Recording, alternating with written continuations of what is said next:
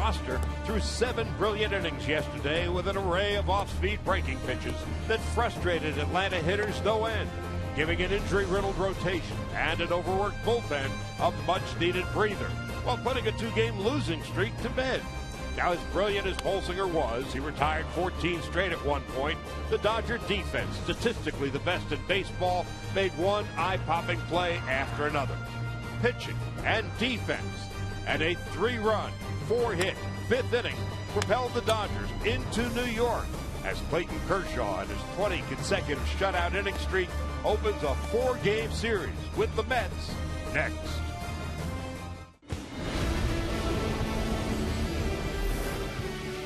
It's a beautiful night for baseball, and live from Citi Field in New York, Sportsnet LA presents the Los Angeles Dodgers and the New York Mets in the first of a 4-game series. Hi again, everybody. Charlie Steiner, Oral Hershiser, Nomar Garciaparra. Big story coming in tonight. Clayton Kershaw, he of the 20 consecutive scoreless inning streak. He is making his 20th start in his last 10 starts in 72 2/3 innings. He has struck out 101, walked only 11, posing hitters hitting 177 against him, and his ERA is just 136. He's hot. He's in that Cy Young form that won him 3 of those, an MVP last year. And anybody who thought he lost his form, have no worries. He is on top of his game again. And it's not completely about strikeouts. He has continued to get efficient over his career, and he's very efficient right now. Yes, the strikeout ball is working, but the ground ball is working also. 53% of his time, he gets a ground ball, keeping the ball down, being efficient. If he's going to get those ground balls, Nomar, he's going to need some help and want some help from that hot third baseman. Yeah, Justin Turner. At the end of the 2013 season, he was unemployed. He was released from these very Mets. And at the beginning of 2014, he was looking for a position for the Dodgers. And what has he done since that spring training? Well, arguably the MVP for the Dodgers in 2014 amongst position players. This year, you can make another argument that he's been the MVP for the Dodgers. He's been one of the best hitters. Actually, he's been the best hitter since 2014 with the highest batting average amongst all major leaguers. So Clayton Kershaw goes in search of his 8th win of the year. Bartolo Colon for the Mets. Back with the lineups and first pitch right after this.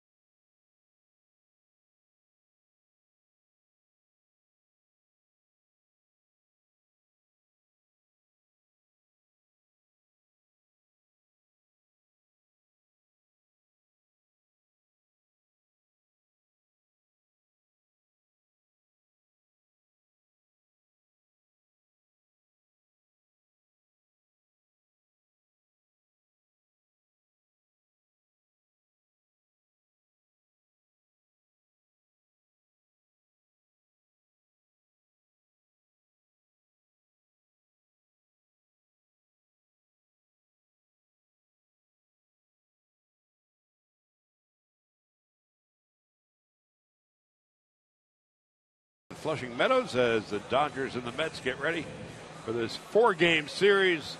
42-year-old Bartolo Colon getting ready for his 19th start of the season. And here is the lineup he'll be facing, brought to you by Honda. Jock Peterson will be leading it off, and Justin Turner at third base. Adrian Gonzalez at first. Ethier in the cleanup spot. Grandal, Puig, Kike Hernandez giving Kendrick the night off. Jimmy Rollins at short. Kershaw pitching and batting ninth. 42-year-old Bartolo Colon, 9 up, 8 down, a 4.86 ERA, but he has struggled in his last few outings. You're right. Well, since May 14th, he's 3-7 with a 6.0 ERA. And what is Bartolo Colon going to feature? Well, I'll tell you, a fastball. He has a fastball, slider, changeup. Over 80% of his pitches is the fastball, but that fastball is different every time. He's got a 2-seamer that runs. He's got a 4-seamer. He'll throw a BP fastball in there as well. So look for the fastball, look for it in your spot, and take advantage. Colon broke into the major leagues with the Indians in 1997, and one of his teammates sits immediately to our right. Bartolo is a guy that has always been a hard worker, but it didn't come natural. He had to start at the very beginning of his career to stay in shape, and you see his shape now, and he works very hard at it. Jock Peterson, as hard as we do. To be in shape or to be that shape, does he work harder? A little of both. Okay. The aromatic Bartolo Colon with Turner on deck, Gonzalez to follow, and Peterson takes a strike. It's 0-2. So Jock at 227 with 20 home runs, 41 runs batted in. And Peterson has been struggling at the plate.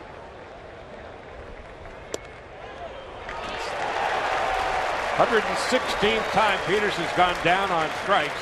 That's the most in the National League." Defensively behind Colon tonight, John Mayberry Jr. in left. Juan Lagarde, outstanding defender in center. Curtis Granderson, the veteran, in right. Eric Campbell at third. Ruben Tejada at short. Wilmer Flores at second base. Lucas Duda at first. And Anthony Recker is catching for Bartolo Colon. Can't help but wonder what Justin Turner thinks as he steps into the batter's box. Played 3 seasons with the Mets, and they let him go. Justin actually is somebody they really just gave up on. Became a free agent because of the release. And frankly, he's become an entirely new player since coming to the Dodgers. Hit .340 last year, .322 this year. It is kind of scratch your head thinking about as much as the Mets have looked for offense over the last 3-4 years.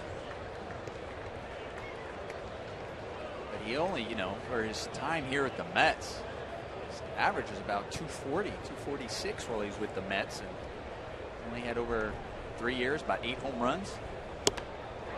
So already this year with 12 home runs. 9 for his last 15 in his last 4 games, and hitting .346 in July. In his last 6 games, Turner's raised his average 22 points. And Colon, who is, Omar mentioned, has struggled lately. Line drive, one hop, backhanded by Flores.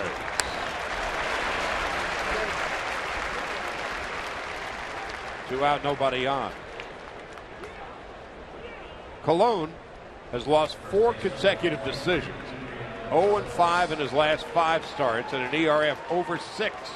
And opponents have been hitting .325 against him. The Mets as a team hitting .235. Lowest in the National League. Kershaw is going. Of course, if this game was played on paper, we wouldn't even be playing tonight.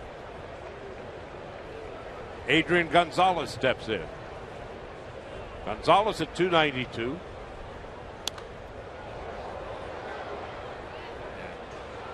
He knows what Bartolo has a tendency to throw a fastball. He's not going to waste any time. I'm going to get it first pitch. I'm not going to get behind. Try to swing at it. And that one, that was a swing. That wasn't just to try to put it in play. He was trying to hit it a long way. 1 ball, 1 strike. The Mets took 2 of 3 from the Dodgers a few weeks back. And this is the first of a 4-game set in New York. There's a strike. Bartolo still has that good movement. The two-seamer that locked up Jock Peterson, and that two-seamer right there moved very nice. Ethier on deck. And the 1-2. Flores picks it up and throws out Gonzalez. A 12 pitch. Perfect inning for Bartolo Colon. Now Clayton Kershaw coming out with 20 consecutive scoreless innings in his hip pocket.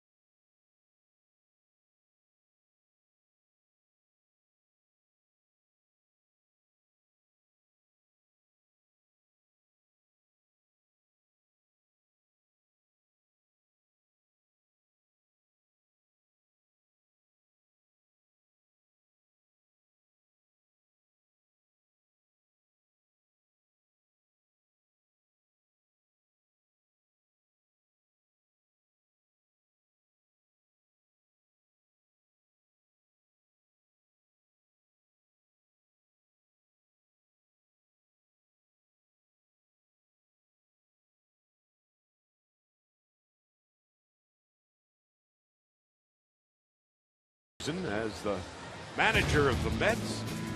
He's the 20th manager in franchise history, and here's the Honda lineup he has put together tonight. Curtis Granderson, Ruben Tejada, and Wilmer Flores. The cleanup hitter, John Mayberry's hitting 170, and the number 5 hitter, Eric Campbell's hitting 179. Lucas Duda at first base, Juan Lagares in center, Anthony Recker, the catcher's hitting 137.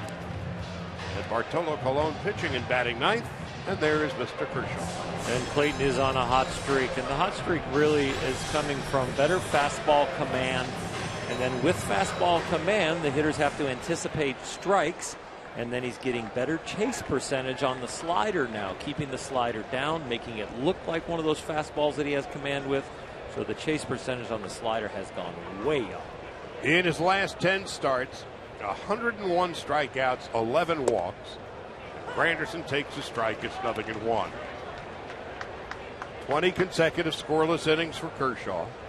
He's only 23 2/3 behind Zach Greinke, who is not with the club tonight. He has flown back to Los Angeles. His wife is due any moment. Now, when he will return, we'll all find out together. He was scheduled to go tomorrow. It's a safe assumption it will not be tomorrow. Maybe Saturday, maybe Sunday. Granderson fouls it off to the left.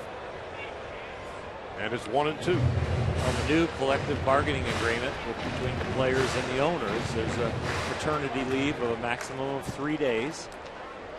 You don't necessarily have to take all 3. You could take 1. You could take a few hours, miss a game. But right now, Zach just waiting for his timetable and how the baby and Emily cooperate. The 1-2. That's Kike Hernandez giving Kendrick the night off. So beside Kendrick in the infield, he's got Gonzalez at first, Rollins at short, Turner at third. Ethier, Peterson, and Puig in the outfield. Yasmani Grandal, who has thrown out 25% of would-be base stealers, is behind the plate. Ruben Tejada stepping in. Tejada at 255 with a couple of home runs. After the heat and humidity of Washington and Atlanta, it is just a perfectly comfortable Thursday night here in New York. Little humidity and a comfortable 82. One ball, no strikes. Beautiful day to walk around the city. Fantastic for the players. Saw a few of them out on the city, walking around, going to lunch. One ball and one strike. This is one of those trips to New York, to Chicago, to San Francisco, where all of a sudden you realize how many family members these players have. Pittsburgh, Cincinnati, not so. Here's the 1-1. And inside, 2 balls and 1 strike to Ruben Tejada. The marquee cities seem to draw a larger crowd. Yeah, they certainly do. The Chicagos, the New Yorks. San Francisco, D.C. D.C., yeah, big time. 2 balls and 2 strikes to Tejada. And a few of the families in the Dodger family are homeschooled. Their kids are homeschooled, so they definitely hit cities like this. Expose their kids to some of the great things. Tejada riding a 10-game hitting streak. 1 home run, 5 runs batted in.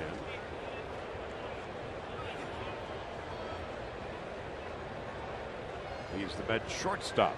Mets lost a heartbreaker yesterday in Washington. Into right. Right at Puig.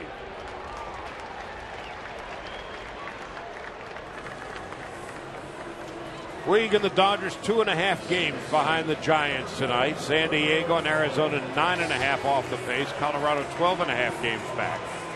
The Mets at 49 and 46 trail Washington by 3. They gave up 3 in the bottom of the 8th to the Nationals yesterday afternoon. Had they been able to hang on to the lead, they'd be 1 behind Washington. Instead, they're 3 behind the Nats. Check swing and an easy play for Adrian Gonzalez and an easy inning. For Clayton Kershaw, we are scoreless as we go to the second from New York.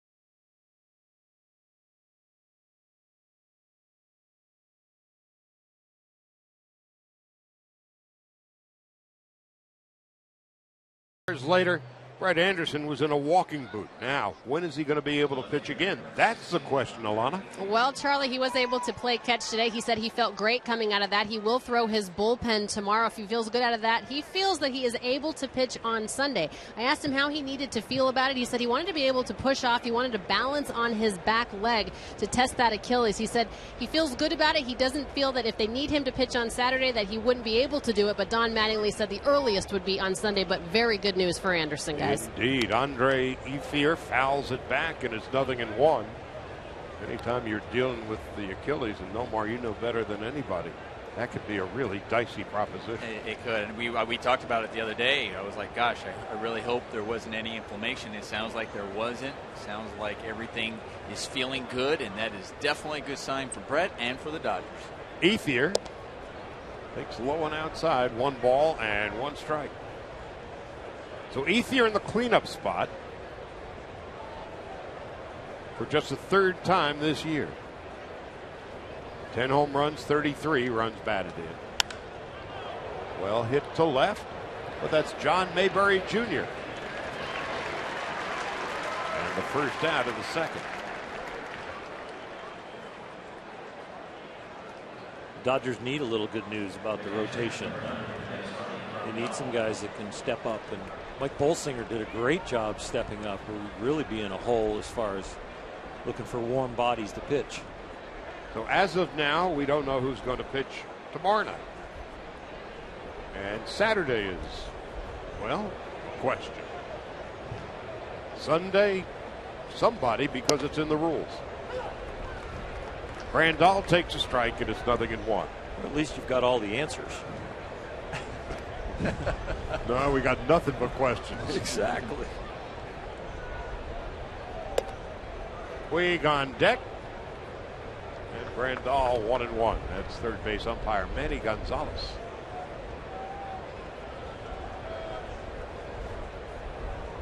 Grandal 14 home runs, all from the left side. Who is going for the downs and comes up empty.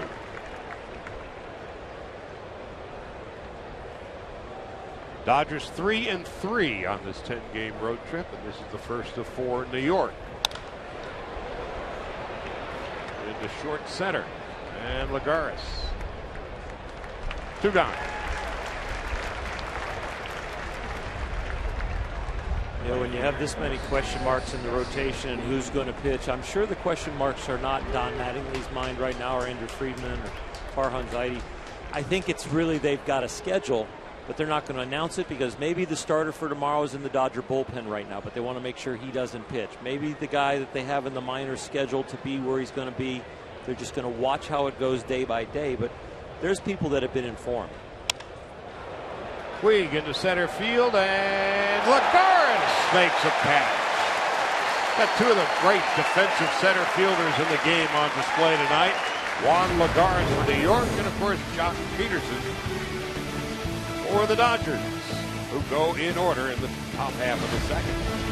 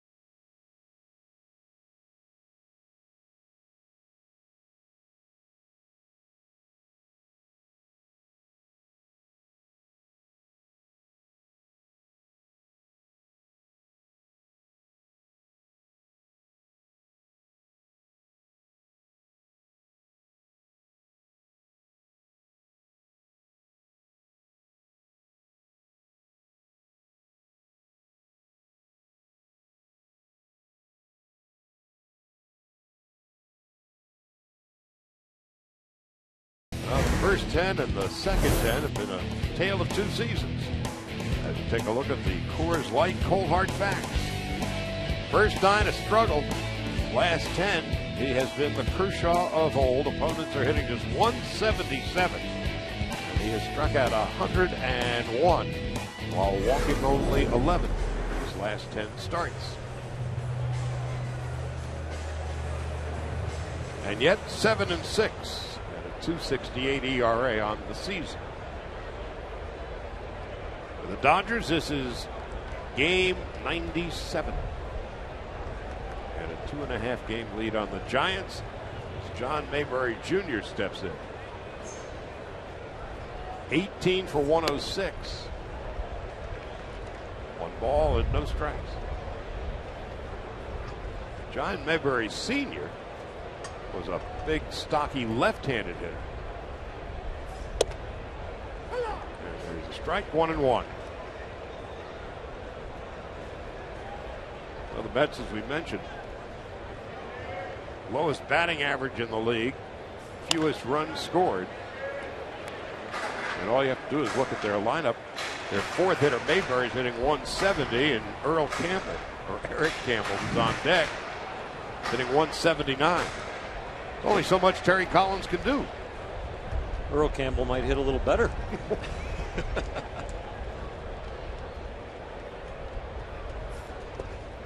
2 balls and 2 strikes. Mets broadcaster Keith Hernandez spent a little time with us here in the booth before the game, and we were asking him about some of the hitters and their adjustments, and he just shakes his head about their approach and the adjustments that he does not see. 2-2.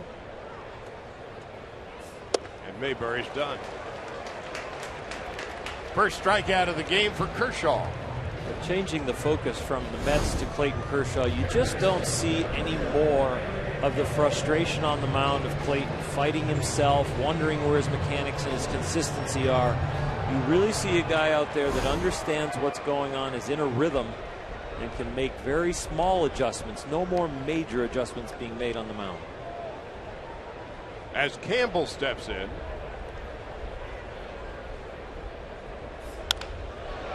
Into right. And Puig. Took a while for him to pick it up. There's 2 out. It was a little scary out there with Yasiel. Looked like he just got a misread at first on this one. And to make almost a shoestring catch there on that ball, where right off the bat you're looking, okay, that's a routine play, easy one, but didn't look routine after that.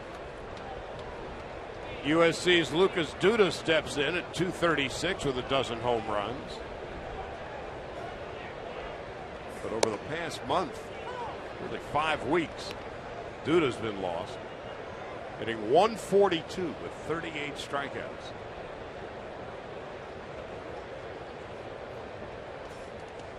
That batting average is the lowest of any major leaguer with at least 105 plate appearances. He can run into him, though. You know, with David Wright hurt, he doesn't have a lot of protection around him either, so I'm sure he's not getting a lot of pitches to hit.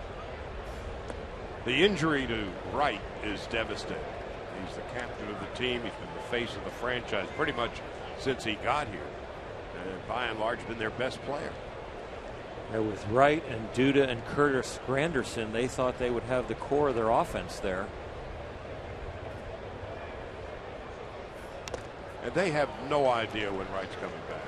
He's got that back issue, and they just don't know.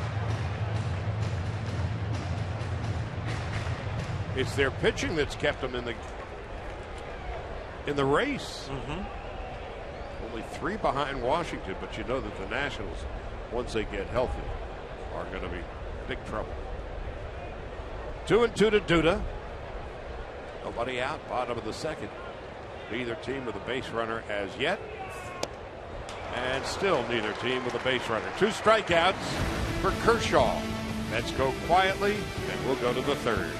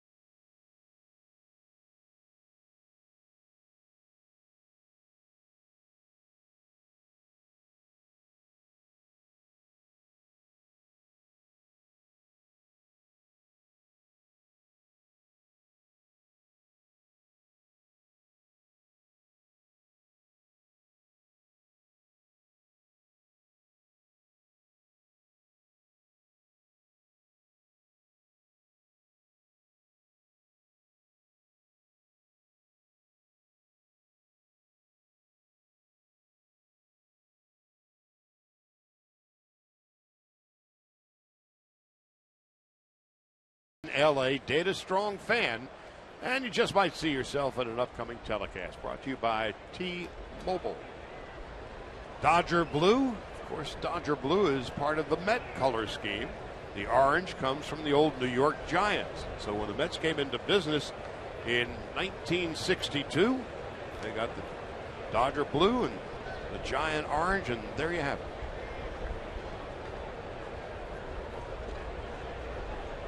Kike Hernandez will lead it off for the Dodgers in the third. Colon with a breaking ball. Yeah. His first breaking ball he's thrown so far. He came in with 20 pitches right before that pitch and had 19 fastballs and just one of them changeup. Another one. There's the first breaking ball. It was a bad slider that looked like a changeup.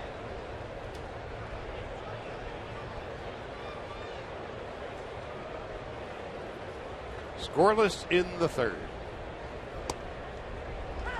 2-1 to Hernandez. So Howie Kendrick, who's been a hot hitter, getting tonight off, and he'll be back in the saddle tomorrow. 2-2.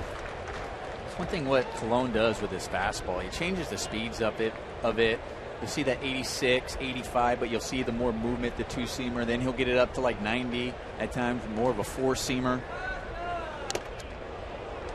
Fastball got the mask of Anthony Record. It was exactly what you were talking about, Nomar. He went to 91, but it was the four-seamer, the straight one.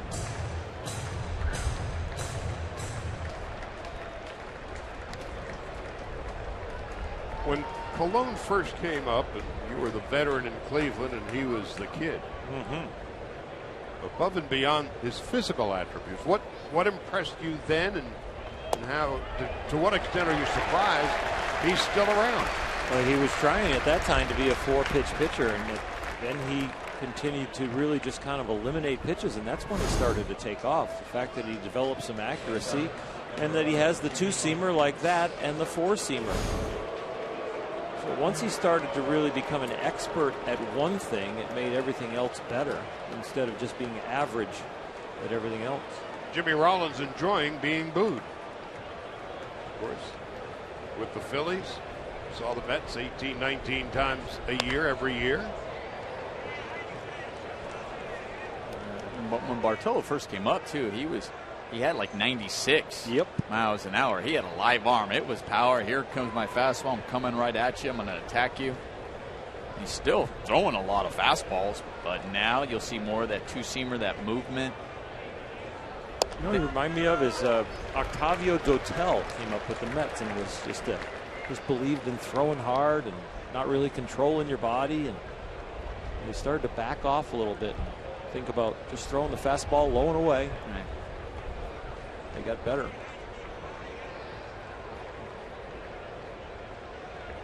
Oh, and 2.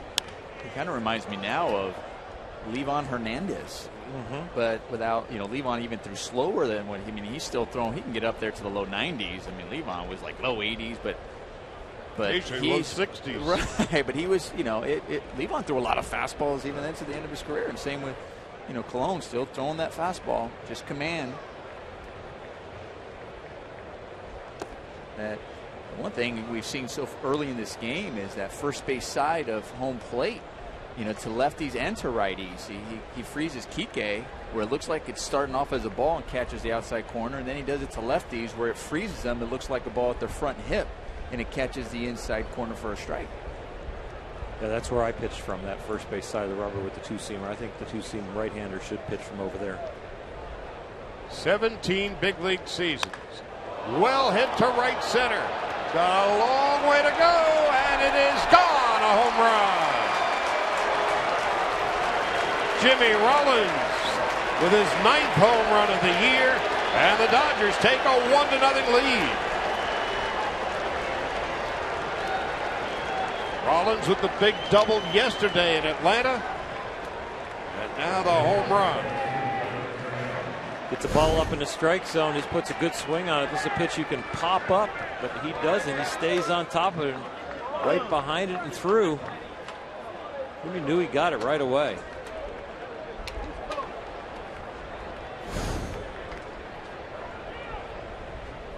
Colon surrenders his 15th home run of the season in 112 innings. So Kershaw has been given a lead to work with. Clayton has 6 hits this year. Couple of doubles, couple of RBIs.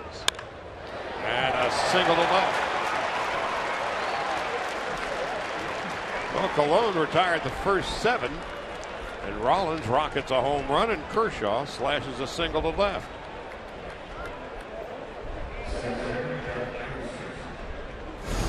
Yeah. Kershaw almost looked like he lifted that leg twice on Colon. He looked like he had that first big leg kick, and he got down early. And then he even took a little smaller step after that, but just threw the hands through the barrel at it and went the other way.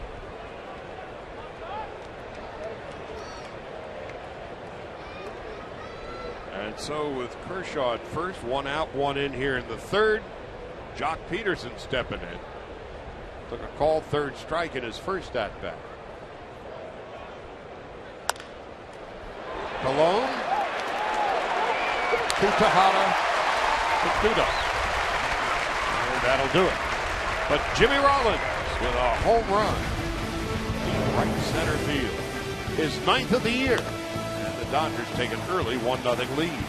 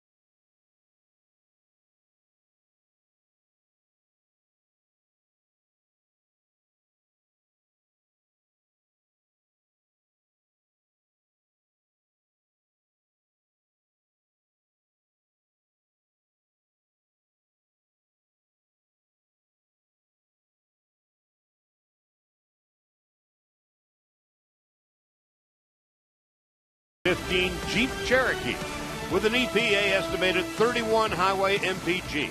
It's the perfect choice. Visit Jeep.com today. And by Flex Alert. This summer, the power is in your hands. Visit flexalert.org. So Clayton Kershaw on this beautiful Thursday night in New York has a 1-0 lead to work with. He has retired the first 6 batters he's faced.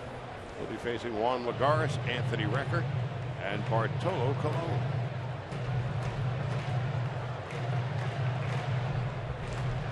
Kershaw to this point, just 21 pitches. 14 of them have been for strikes. There's a lot of things going on in this game right now that's relaxing Clayton Kershaw. The ballpark, the Mets lineup, getting the run, getting his own hit. Into left field, there's Ethier. 1 pitch, 1 out. Of course, it's not unusual for opposing hitters to swing early in the count on Kershaw. No, not at all. And that's statistically the best place to find some success against Clayton. Deeper you go in the count against him, the tougher he gets, because you're going to get to the curveball and the slider. That would be their scouting report. I mean, I'd be attacking that one too, but I think that's what's helped Kershaw, what we've seen when we talk about the Kershaw of old. I think it's that first ball, fastball command that he's had over his last 10 starts or so. Anthony Record. Yeah, you're exactly right, Nomar. I think that the league had picked up on Clayton and saying, I don't want to get to his secondary stuff. Clayton kind of got lulled into a pattern of really throwing that fastball into righties like he's attempted right here. But against a weaker lineup and in a big ballpark, you can have a little bit more of a pattern until they figure out or show that they can hit it.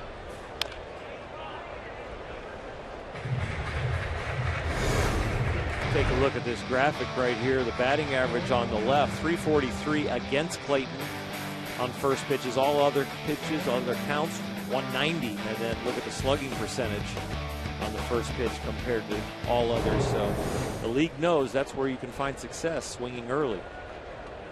And success against Kershaw is relative. Well, the other thing too is Kershaw's recognized that. He stepped up that first pitch, been making it a quality pitch. And then if they're swinging, just like we saw that last at bat, now he's becoming more efficient and also, pitching deeper into the game. 3 balls and 2 strikes to Anthony Record. With Colon on deck.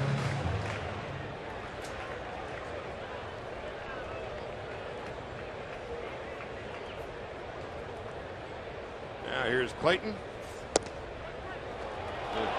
Strike 3, outside corner at the knees. And Record doesn't like it the least bit. Ben May, a vacation reliever, calling balls and strikes tonight. Right down on the edge, and looks like it barely catches the hollow of the knee.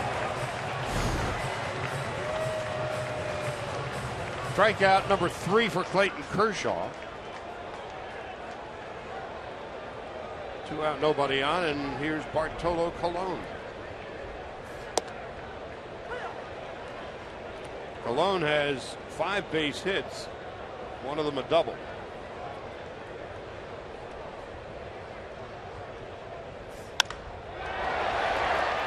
And he makes contact. He'll get to first eventually. No, he won't either. No runs, no hits, no errors, and nobody left. We'll go to the 4th. Turner, Gonzalez, and Ethier coming up. Run, Forrest, run!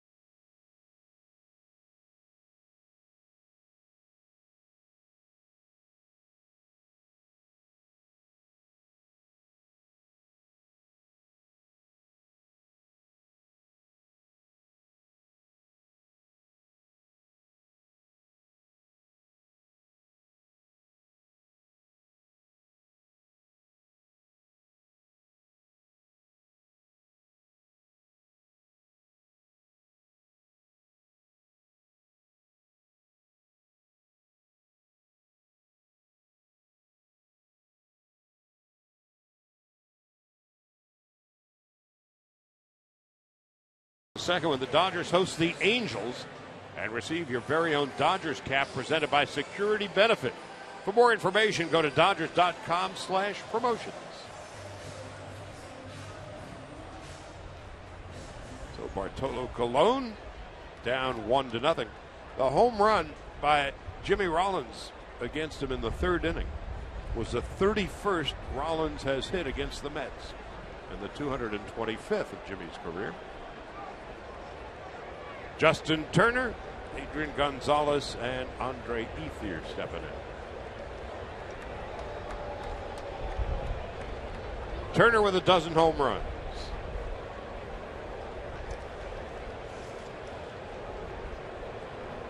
Colon in search of his 10th win.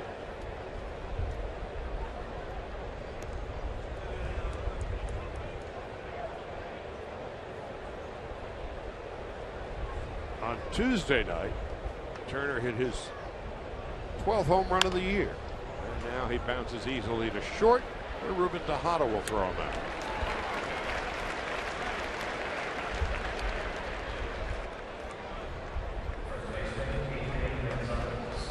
Now Adrian Gonzalez stepping in.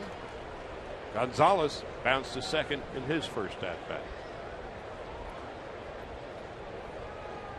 When you're in a pitcher's park, Nomar, do you change your style of hitting at all? No. I just thought, okay, it's a bigger outfield. That's more gaps for the ball to land in. That was more my thought. With a shift on for Gonzalez, he takes a ball. I think when it comes to pitcher's park, I think I was more worried about more just the wind if it's blowing in, and then how high the grass was as compared to say, okay, if it's really blowing in, I want to stay out of the air, maybe, and if hit the ball maybe on the ground, think more line drive. But when you have a beautiful night like this, I'm going, okay, I got a fastball pitcher on the mound. I'm looking for a fastball in my spot. I'm just looking for something to just drive it. And I'm thinking if it hits the gap, great. It's bigger. It's open out there, and I have to run. You're going to hit the ball on the ground compared to hitting it in the air because you want to keep the ball out of the air. Do you do it by pitch selection, or do you change your mechanics? I'll think more top hand, getting on top a little bit, really throwing that top hand to try to stay on top of the ball. And then I'll also look, when I want to get in the air, like say less than two, guy on third base, less than 2 outs, so up in the zone, and if I want on the ground, maybe bottom of the zone.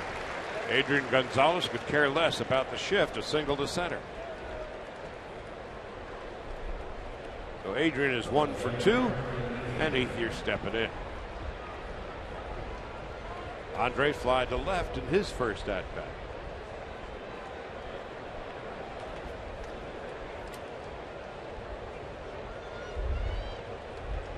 Dodgers took 4 of 6 from the Mets last year. Mets took 2 of 3 at Dodger Stadium 3 weeks back.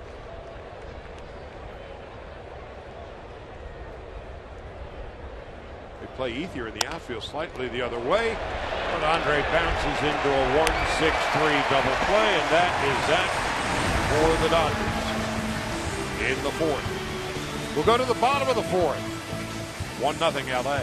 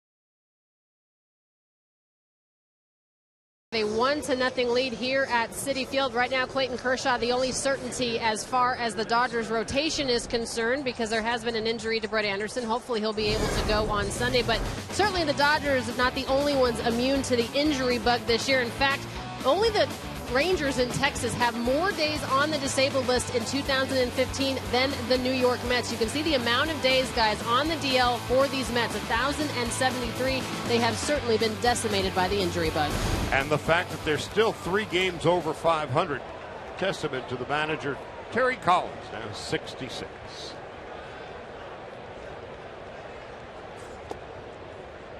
Granderson, 1 ball, no strikes, bounces second in his first at-bat. So Kershaw's faced 9, retired all 9. He has struck out 3 along the way. The Rollins home run has given the Dodgers the lead.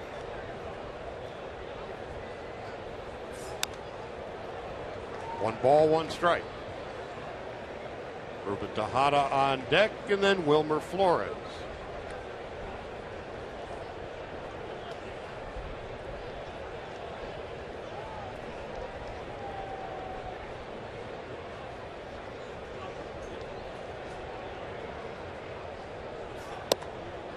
Here's a strike.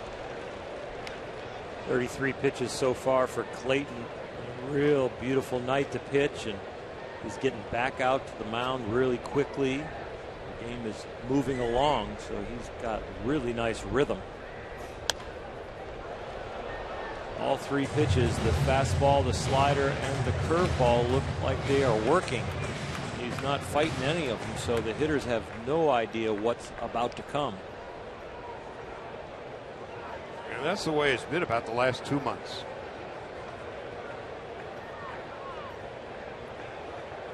Granderson at 250.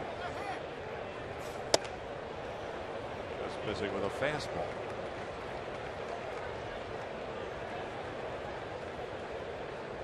So Kershaw now at 23 consecutive scoreless innings. The Gold Glover, Adrian Gonzalez. Speaking of months, Charlie, Clayton Kershaw loves the month of July. Over the course of his career, look at these ERAs by month, but he likes the heat of July.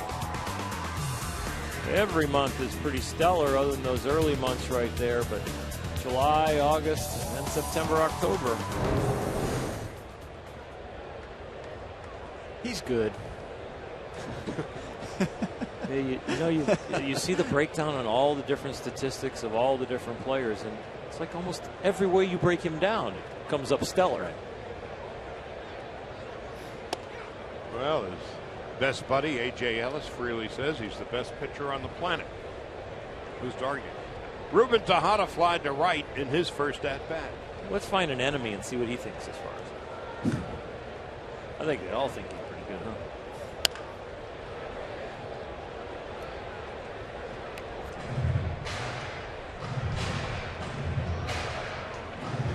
So Clayton Kershaw, last year's MVP and Cy Young Award winner. Of course, has won 3 Cy Youngs.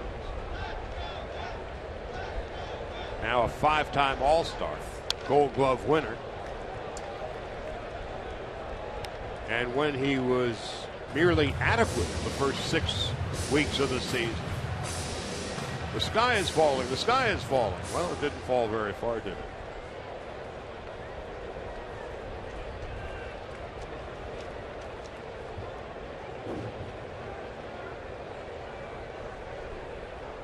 On 1 and 2, Peterson. There's plenty of room. The one thing about Clayton, I think early on, as you mentioned, Charlie, about feeling like the sky was falling, I think we all knew the key was it was just something just mechanical slightly. It wasn't major. It was just a matter of time before he really felt what was he doing wrong and able to correct it. And we've seen that. It wasn't a matter, good thing, it wasn't a matter of an injury. It wasn't something that was making him be off just a little bit. But now that he's found it, great ones like him know how to keep it. Or Flores takes a strike. He bounced to first in his first at-bat. Clayton's last start in Washington last week. 8 shutout innings, 3 hits, struck out a season high 14 batters.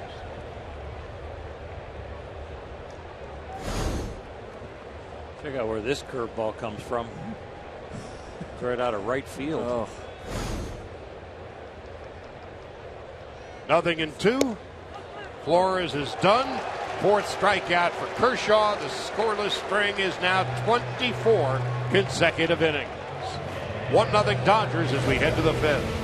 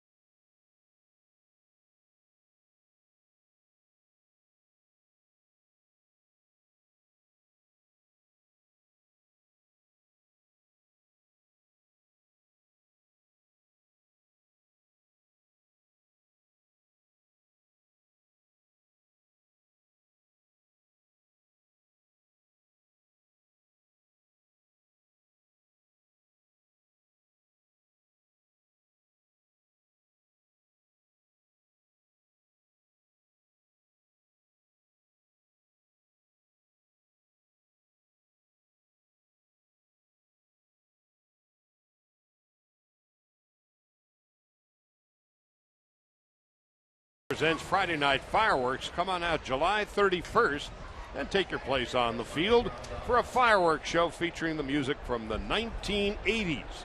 For more information, go to Dodgers.com/promotions. Here's Yasmani Grandal stepping in. Fly to center in his first at-bat. Grandal, Puig, and Hernandez against Bartolo Colon.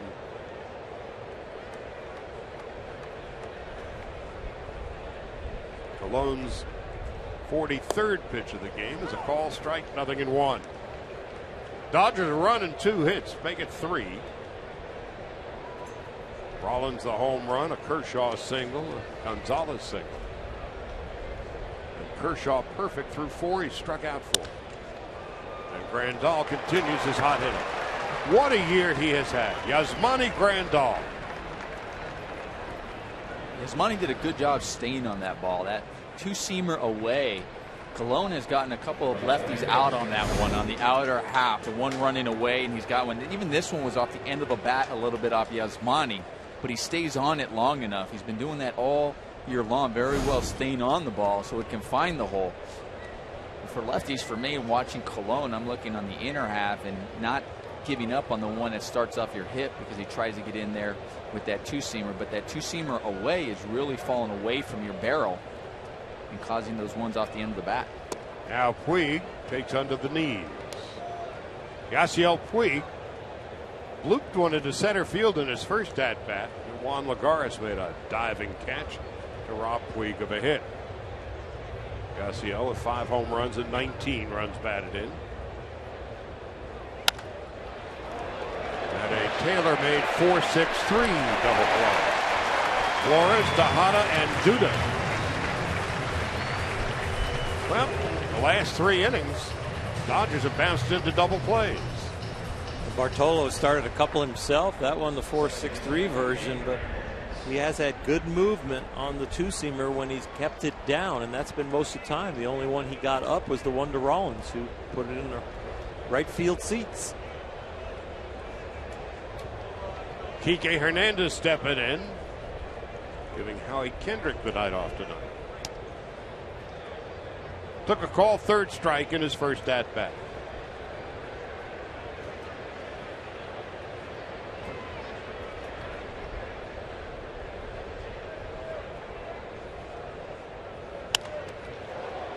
Off the glove of Colon, into the glove of Flores. Hernandez is retired, so are the Dodgers.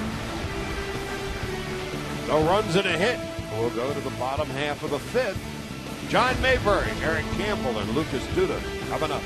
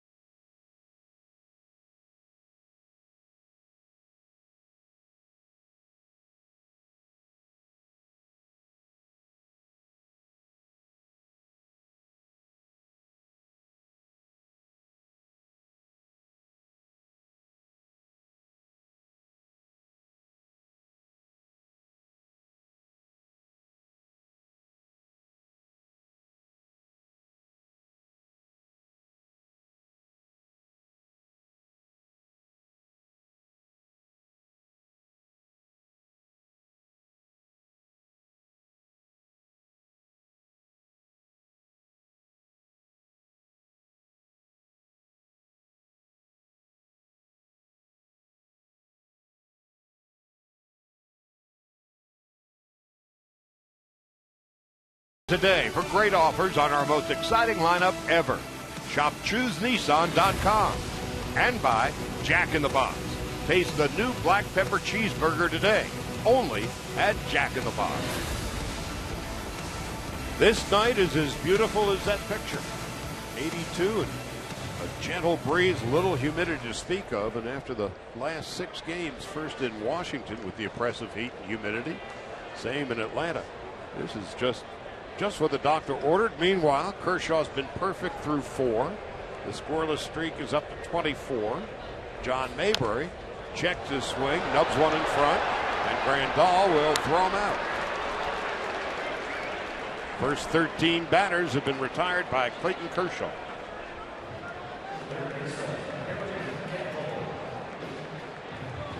Came back from break and he said that was a beautiful picture.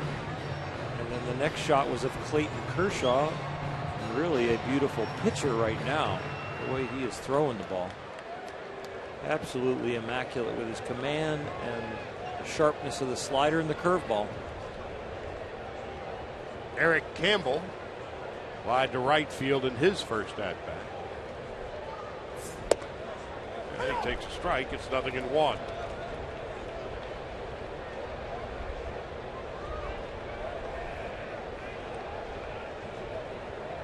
Duda on deck. Campbell takes a strike. It's 0-2. His curveball right now. We talked about his last time. I'm chuckling because I'm going, okay, I want to look for that curveball high up in the zone. And he's starting there, and it's hitting the bottom of the strike zone. Yeah, we saw the graphic earlier on his best month as far as ERA is July. And it might be because it's the highest humidity month in the year, and it really gives him a lot of air to bite the ball.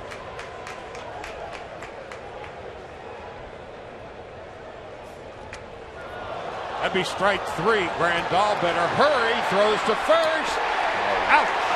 What a play by Adrian Gonzalez. Wow. And Grandal to get over as quickly as he did. Well, Grindal realizing he's got to make a wrong foot throw, that he doesn't have time to plant, so he plays this like a third baseman playing a bunt as he's running towards the ball, and has to kind of sidearm it over there to Adrian. All right, it bounces away. Here you're talking about he throws off the run here, but the pick by Adrian to get that, and they're looking at this again to see if it gets him. But they're not going to challenge it, and I think, yeah. He's out by a hair. That is not, it's not an easy pick for a first baseman, because now you're on the opposite side than what you're used to. You know that's where it's coming from Grandal. But Adrian just staying with it. And it's almost that in-between hop. It's easier when it's out in front and you got to pick the short hop. But when it comes up to you that high, great 5 play. strikeouts for Kershaw, and here's Duda. Well, that's as close as the Mets have come to a base runner. And Duda is down 0-2.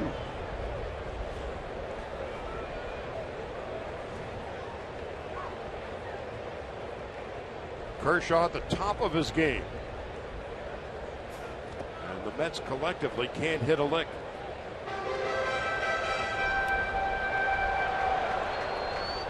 Perhaps the baseball stars are in alignment tonight. One more piece of that equation on the ball being thrown to Grandal to Adrian. Ball bounced off the grass, not the dirt. He's got to worry about the skid. First basemen are used to picking it off the dirt. And there was a lot of different things that Adrian had to do on that one. The other thing too is just the foot he had on the bag. He knew that because you have to get your body, your foot over there, but he's used to stretching with the opposite foot because he's a left-hander. Yep. 1 ball, 2 strikes, 2 outs. Strikeout number 6 for Kershaw. The scoreless streak is 25. He has yet to surrender a base runner through 5 innings. Kershaw and the Dodgers, 1-0.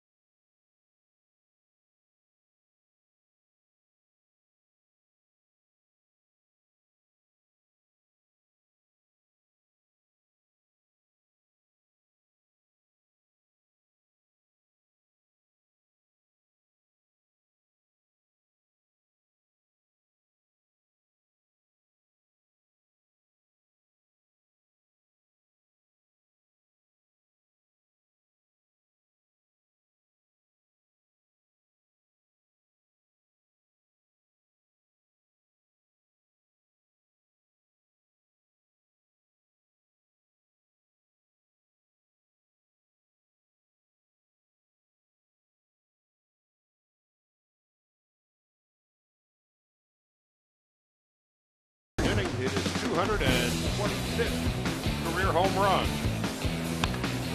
Worthy of the Argos top tier play of the night. It's the only run of the night. And at this point, it's the only run that Kershaw has needed.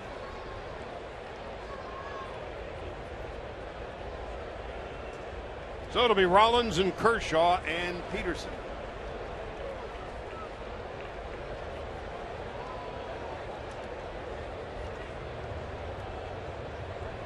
Jimmy, his 9th home run of the year at 207. Strike on the outside corner. with the success Jimmy has had against the Mets. Hey, if he gets that ball again on the inner half and falls over the middle of the plate, I can see him doing it again.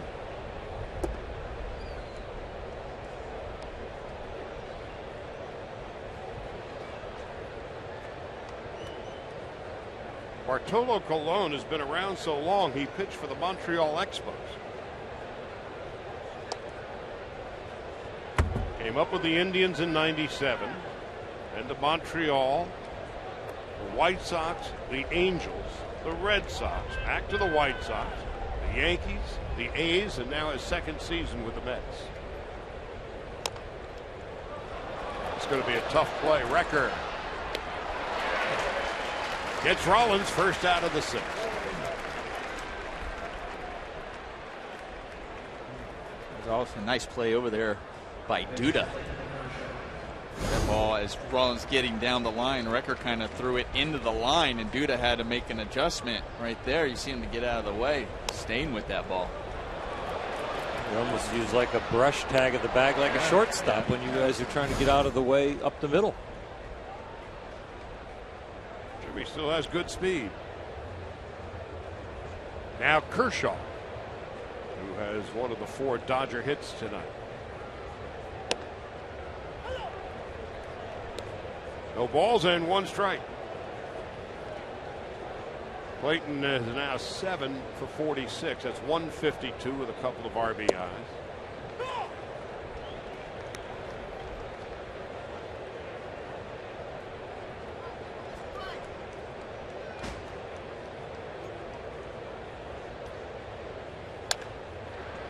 Swatting it foul off to the left.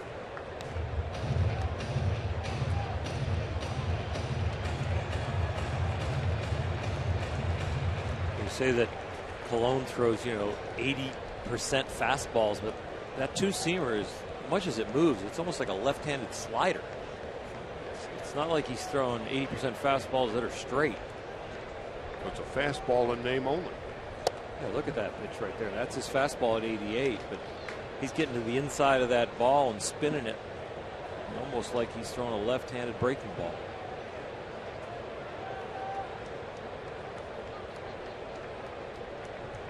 One out in the 6th.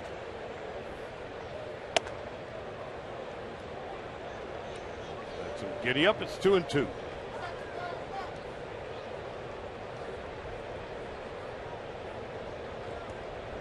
Jock Peterson awaits.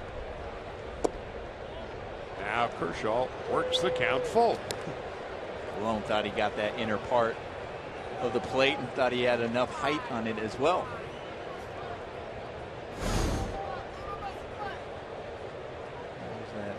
That two-seamer we were talking about, that he starts it off the left-hander's front hip, try to get that inside corner. Now the 3-2, and Kershaw down on strikes. On September the 9th, 1965, Sandy Koufax threw a perfect game against the Chicago Cubs and became the first pitcher in Major League history to throw 4 no-hitters. On Thursday, August the 13th, the first 40,000 fans that attended at Dodger Stadium received this Sandy Koufax bobblehead presented by United Healthcare. For tickets, go to Dodgers.com/promotions.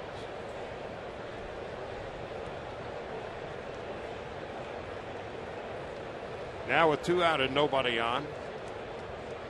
Colon 3 strikeouts on the night.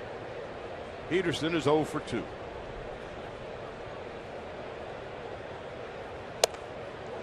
And it's 0-1.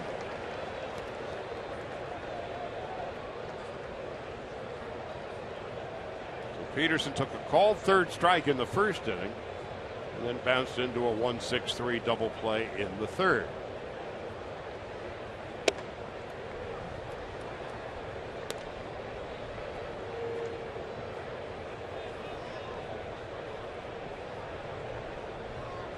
Only run of the game, a Jimmy Rollins home run in the 3rd. And there's a strike. It's 1-2. That's the pitch I was talking about earlier for a lefty. You can't give up on that one. That's the one you got to look for it, because you know the amount of movement that he has on his fastball. You've already seen it, so you have to judge and say, okay, I hope he's starting off at my hip, because then it'll go right into my swing.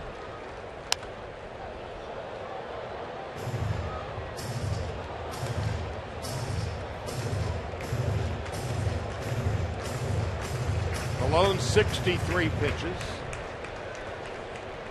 43 for strikes. 3 strikeouts, no walks. He's been really good, but Kershaw to this point has been perfect. And Peterson said, I just got hit by a pitch. Ben May, the home plate umpire, said, not so sure about that.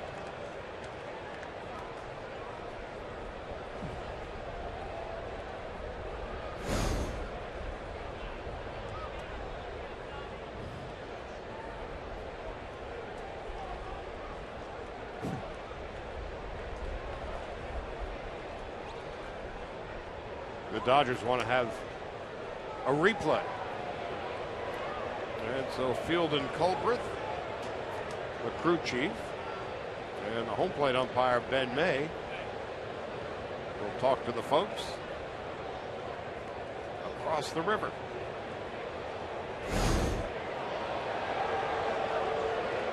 Let's take a look right here.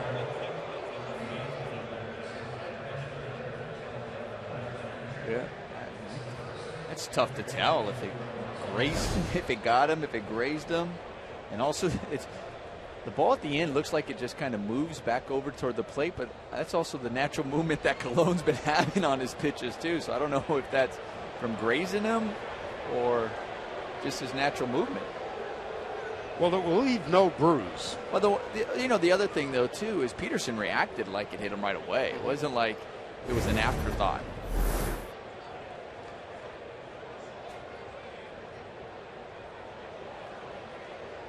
It's almost like he's pulling a Reggie Jackson in the World Series.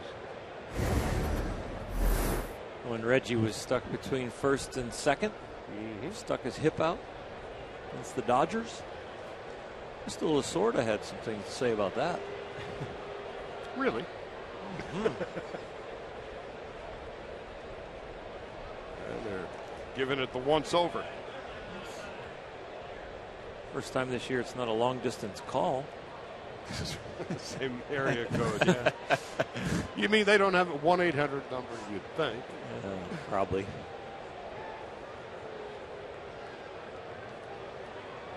Ben May, the home plate umpire, a rookie vacation reliever. And Field and Culbreth, the crew chief. You know the last guy to get a hit off of Clayton Kershaw? Doug Fister.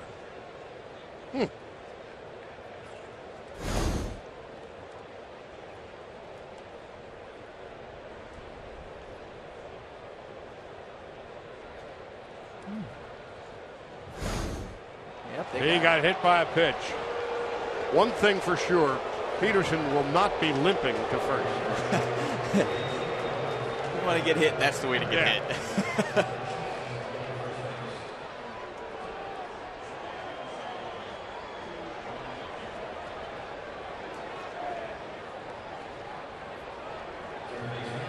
It grazed him.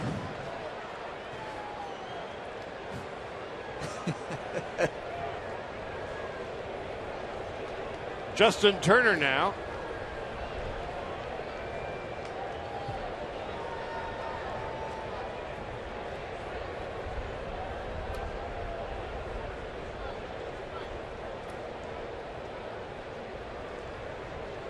Turner is 0 for 2. I think Bartolo is going, okay, let me try to pick you off. You want to get hit here, I'll make sure I hit you now.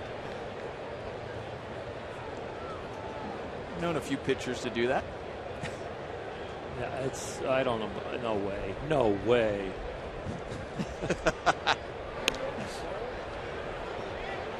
Especially the guys that dive back into the base.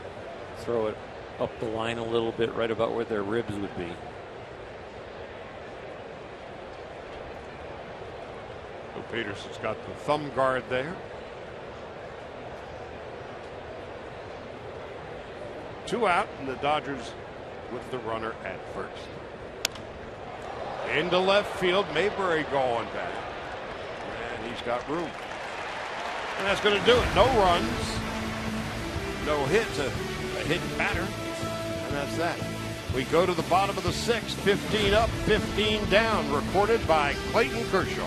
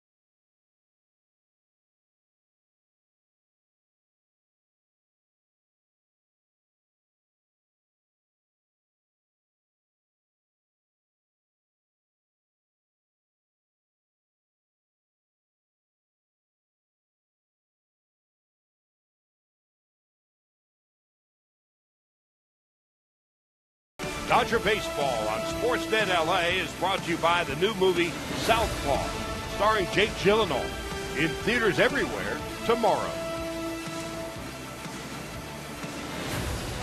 Well, you're joining us just in the nick of time through 5 innings. Clayton Kershaw has retired all 15 batters. He has struck out 6. His scoreless streak is at 25, and Juan Lagares will lead it off. Strike, 0-1. You just saw the graphic on Clayton Kershaw with the strikeouts and no walks in the past 2 outings.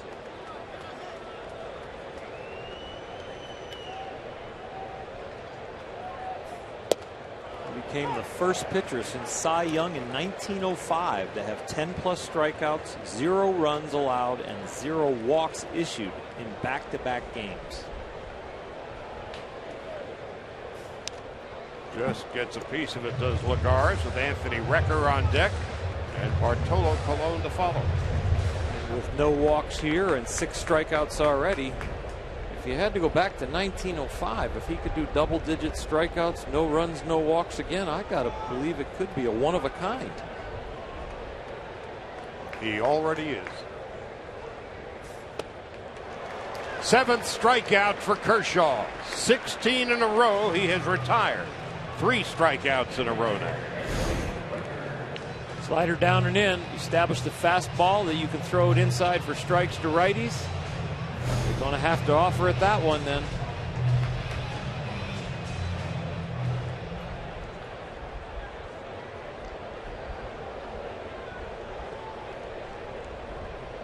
Anthony Recker, a strikeout victim in his first at-bat.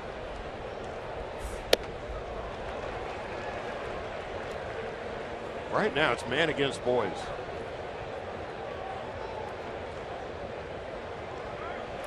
And it's not just the Mets. He's got really good stuff. This could be happening on any night against any team.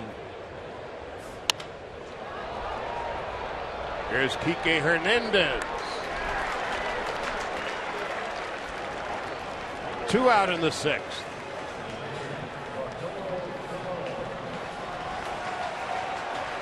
And Bartolo Colon coming up. Colon bounced to short in his first at-bat, and he still hasn't reached first base. Outstanding pitch count for an inning is 12. Clayton's got an awful lot under 12 already. Jacob deGrom, one of the elite young pitchers for the Mets. He'll go Sunday. Bartolo's like a cult hero here in town. I know. I mean, anything he does, ground out the short, make contact, swing and miss, lose his helmet, he gets the Bronx cheer. Well, this would be the Queen's cheer, but okay. On 0-2, call strike 3. 8 strikeouts for Kershaw. You might want to call your friends and neighbors. Something special is happening in New York tonight.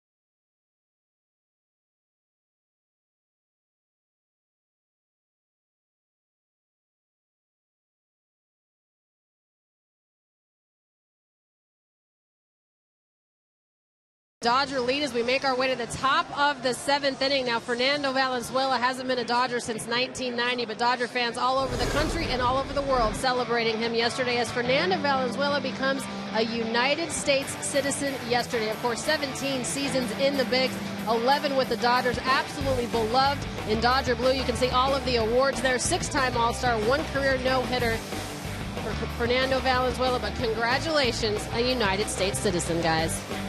It was indeed a happy day, and it was something that Fernando wanted to keep hush-hush until it was done, and yesterday it was done. And Bartolo Colon became an American citizen a couple of years ago. Adrian Gonzalez will lead it off here in the 7th inning. Gonzalez and Ethier and Grandal. Adrian 1 for 2. Only run of the game, a Jimmy Rollins home run in the 3rd. And for Colon, his 66th pitch.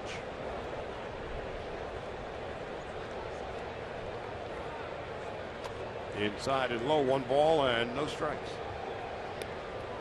I think that's only the 2nd breaking ball that Bartolo has thrown. A slider right there. He's thrown a couple changeups, a couple sliders, and the rest fastballs, 2 and 4 seamers. Adrian with 21 home runs. Big rip. Oral, you had a great sinker. And a lot of sinker balls throw a lot of that fast. Could you throw 80% fastballs? Have you ever felt like you even threw that many in a game? No, I don't think I could ever throw 80. I probably threw close to 70 in some games, right. But 80 is unheard of.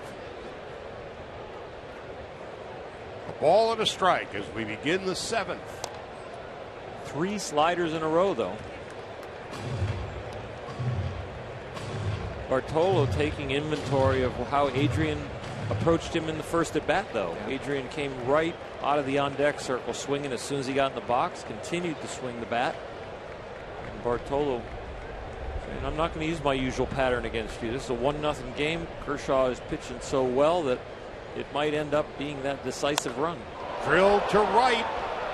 if it stays fair, and it does not. Try to get him with that changeup, and Adrian did a good job staying on that ball. Just couldn't keep it fair. You know, Bartolo, I think Bartolo's scared to do that. You know, he wanted to get something away to get him out looking over the plate, and now he likes to come in that front hip one where it freezes the batter on that left-hand side. I'll be surprised if this ball's up and in. Doesn't know. Going slider again, I think. Drilled into right center field for a base hit. He went back to that changeup there. He was like, okay, maybe he doubled up with the changeup, try to get it away, and Adrian stayed with it.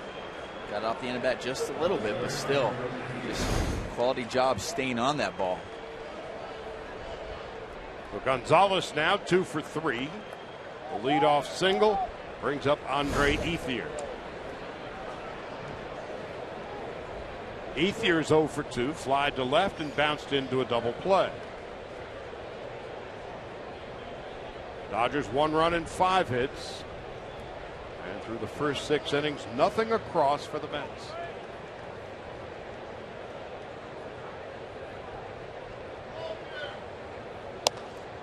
Ethier takes a strike.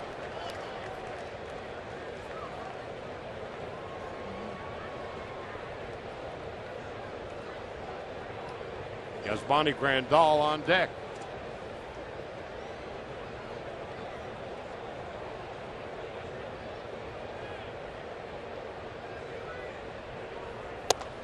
Every time the Dodgers seem to get a runner on base, he's got that Bartolo's gotten the double play. And back in the 5th, the Dodgers got the leadoff runner, and then he came back with a double play. It'd be nice for the Dodgers to at least get one across this, especially with the leadoff guy getting on base. Dodgers have knocked into double plays in the 3rd, 4th, and 5th innings tonight. Ethier lines one into left field, but Mayberry is there.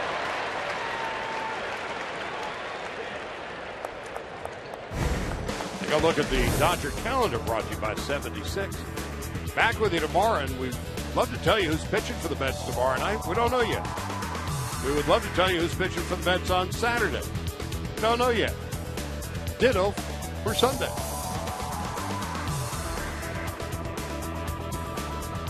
Dodgers and Mets in the Dodgers rotation. Friday, Saturday, and Sunday. A bit uncertain. A lot uncertain. Now Yasmani Grandal coming up. The Mets will be tossing Nice tomorrow night, Harvey on Saturday, DeGrom on Sunday. The Dodgers fill in the blanks.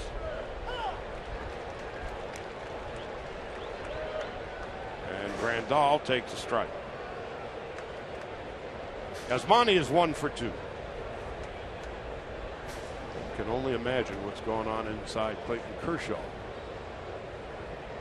6 innings into this game, and he's given up nothing.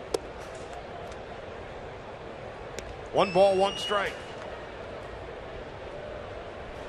Well, I can tell you a little bit, not exactly, but I bet you he's thinking about hoping they can get another run or 2 for him. And then after that, he just wants to get on the mound and make sure he can recreate the same rhythm that he's had in the 7 or 8 warm-up pitches he takes, because he feels so good out there on the mound and he's executing everything. It's just about getting out there, feeling the dirt under your spikes again, and finding that same rhythm. This is Kershaw's 229th career start.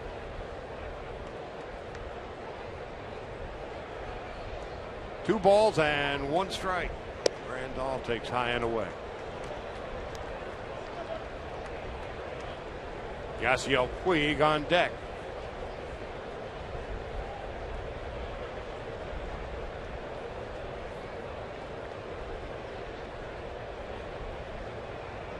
Tejada swung over towards second base. Into right field. And Curtis Granderson is there. 2 out. And now Puig coming up.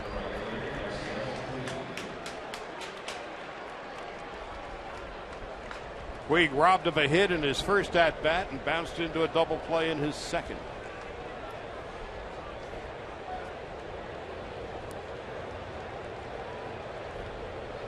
Kike Hernandez on deck.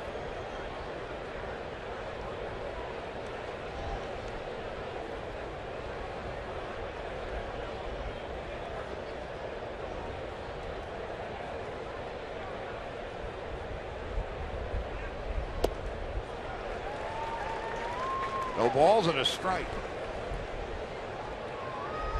Wouldn't you know it for Bartolo Colon, who has really been struggling in his last 4 out of 5 outings. You run into Clayton Kershaw, who's on his game. Bartolo throwing the ball very well himself.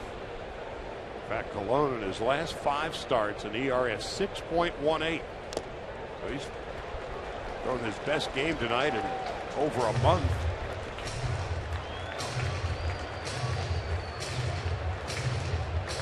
Lost 4 in a row. And a guy who's won 213 games in his career, 213 and 149, and there's only been one time in his career where he's lost more than 4 decisions in a row. Got a chance to lose a 5th one here. 0-2. Puig takes call, strike 3, and that'll end the inning. 4th strikeout for Colon. Kershaw coming out to pitch the 7th. He has retired the first 18 batters of the ballgame.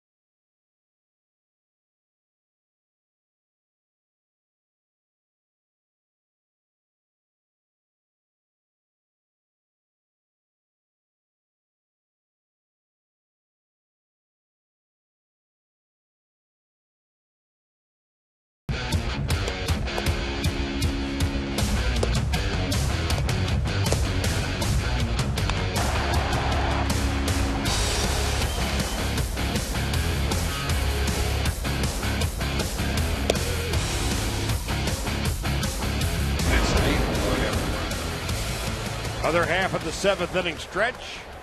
Kershaw has been perfect through 6. He has struck out 8.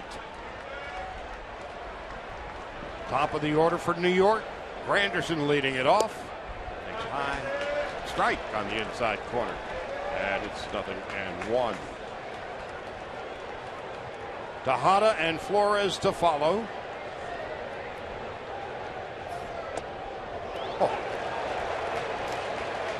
Big crowd here at Citi Field. They're oohing and on. You can feel a growing sense of excitement here and watching that curveball. Well, there will be no perfection tonight. A leadoff single for Curtis Granderson in the 7th inning.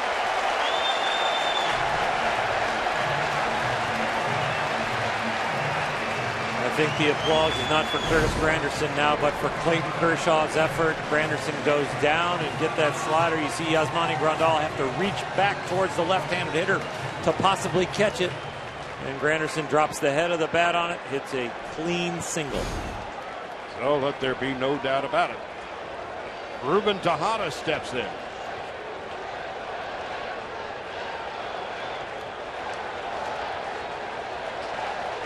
Tejada 0 for 2. There's a strike, 0-1. Coming into this game, Curtis Granderson was riding a 7-game hitting streak, and he just extended it to 8 with that one. A lot of times when you see a pitcher who has not had to pitch out of the stretch, all of a sudden gets in the stretch, his rhythm is off. He doesn't throw strikes until he finds his timing. Clayton pouring right into the strike zone on the first pitch.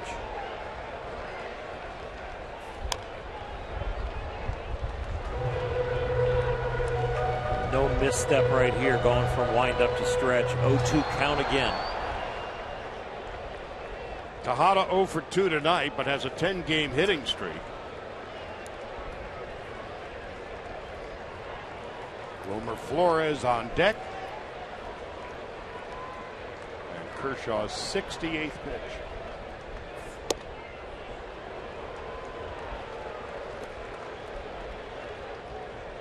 One and 2 to Tejada.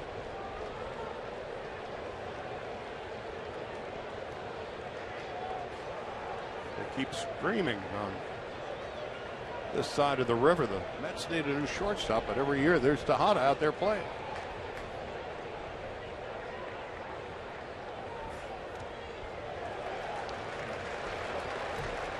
2-2. Good job by Yasmani behind home plate on that breaking ball, keeping it in front, but also just keeping it close. Because Curtis Granderson over there, he's a good base runner. He's looking for that ball in the dirt to see, if he can get a jump, take the extra base. If it bounces too far, he will go.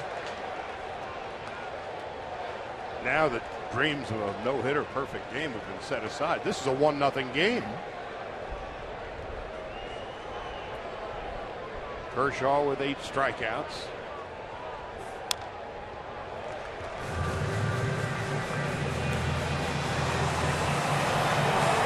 Third time around in the order. We do need to make adjustments, but Clayton Kershaw is continuing to execute his pitches. Even the ball that Granderson hit was not a terrible pitch. It wasn't exactly where he wanted. He didn't get it far enough away from him, but it was down below the knees. 2 balls and 2 strikes. The runner goes. So Terry Collins had a play.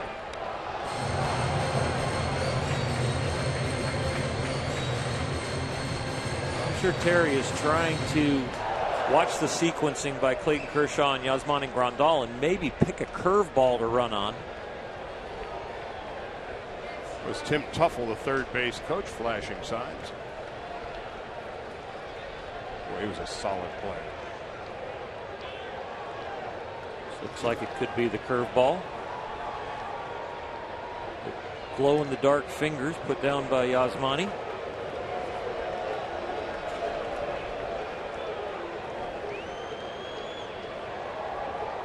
Kershaw has 2 pickoffs this year.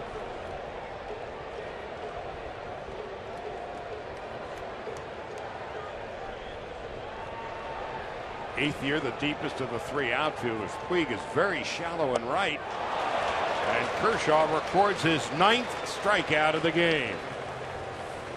A lot of times when your finished pitch is going to be an off-speed pitch, a curveball, pitchers will throw the ball to first before it just to make sure the runner knows you're paying attention, because you know you're about to throw a pitch that's easy to run on, so you pay a little extra attention to the guy on first.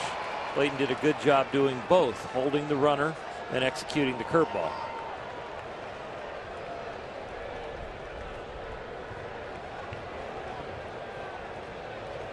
So 36 strikeouts have been recorded by Kershaw in the last 2.5 games, and no walks.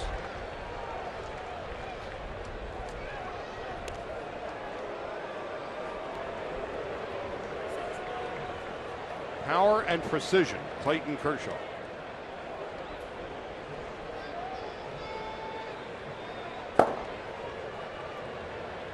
Coming into this game, 11 career games with double-digit strikeouts and no walks.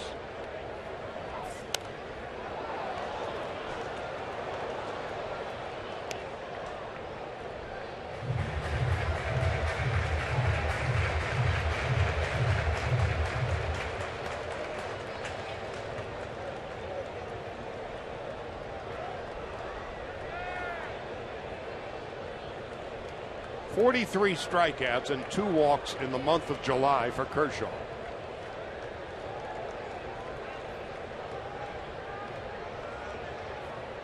Oh, and 1 to Flores.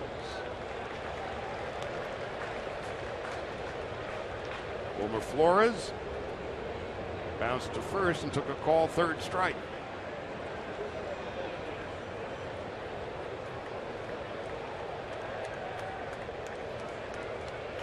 John Mayberry Jr. is on deck. A Rollins 3rd inning home run, the only run of the game. Runner goes, looped into right, Puig can't get it. But Granderson wasn't sure if Puig could get it or not, and the Dodgers kind of catch a break that way. I think they do catch a break. Nomar, don't you think you get out that far, you might as well just keep going, because if Puig can catch it, you're probably a Granderson. You're too far. You're going to get caught. Yeah, but your instinct is going, oh no, it's a double play, I got to get back. And that's why Granderson just stopped. So you see him, he's like, uh-oh, I think I might have a chance to get back if it's going to carry more. You know, it's definitely a hit and run because he didn't put his head down at all to steal. He was looking all the way, and the fact that he freezes, they definitely catch a break. It was about a second after he heard the contact. He tried to pick it up. Mayberry Jr. takes a strike, 0-1. So meanwhile, the Kershaw scoreless streak is at 26 1/3. So that is in jeopardy here in the bottom of the 7th.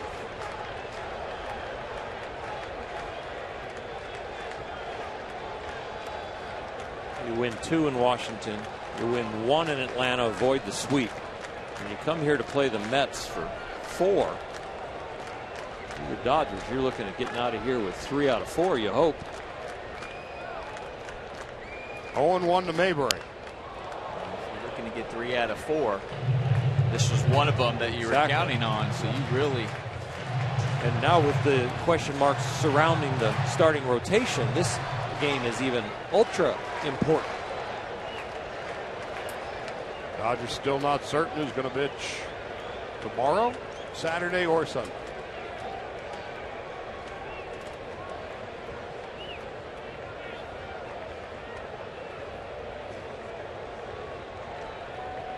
Kershaw's 78th pitch.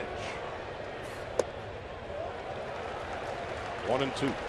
This is by far his highest pitch count inning. He came into this inning with only 62 through 6 innings. 16 so far. So he topped out in the 4th with 13, and now already 16 and only 1 out.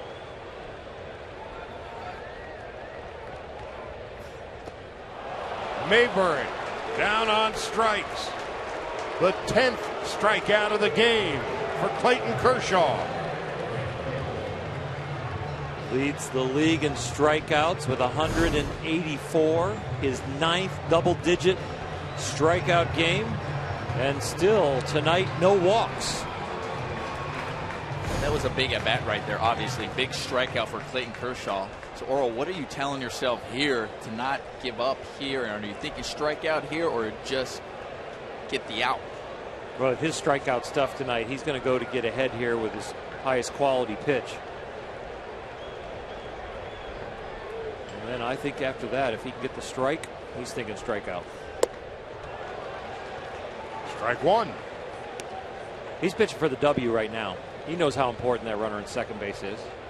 He knows the Dodgers have struggled offensively. He knows he's in a pitcher's park where runs are at a premium. And he knows with a man on second and 2 out, not to lose his concentration. You're not in the dugout yet. Campbell on 0-1. Slow chopper. Rollins will throw him out. That'll end the inning. 2 more strikeouts for Kershaw. He's got 10 on the night. He extends his scoreless streak now to 27 straight. Dodgers 1-0.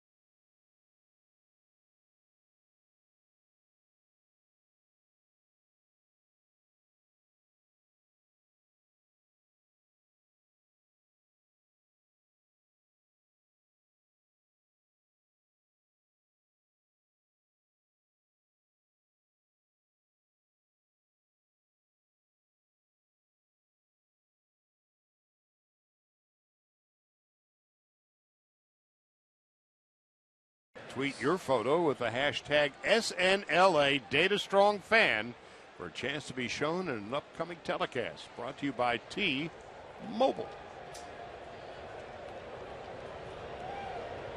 Kike Hernandez will lead it off in the 8th. Just noodling some numbers here. In Kershaw's last 24 innings, 37 strikeouts and no walks. That's illegal in some states. Yeah. So here's Kike Hernandez.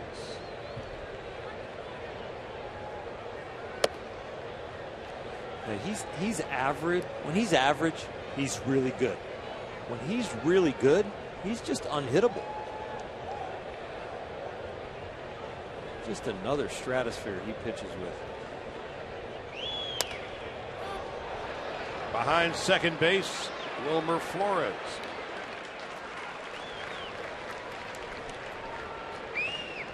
So 1 out in the 8th. And Jimmy Rollins is coming up.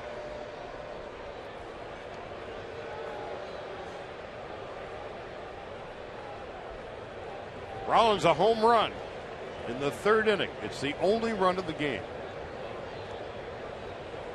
As large as Bartolo Colon is, it's nearly impossible to be eclipsed. But on this night, Kershaw has done that and then some. Meanwhile, Colon has been great. 84 pitches, 4 strikeouts, no walks. It's been impressive to me. Just obviously we talk about the amount of fastballs he throws, but a guy who throws that many fastballs and then still continuing to do it and be effective even the 3rd time through the lineup.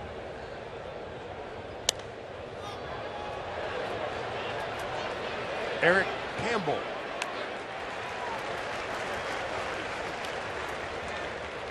Two out and nobody on, and here comes Clayton Kershaw.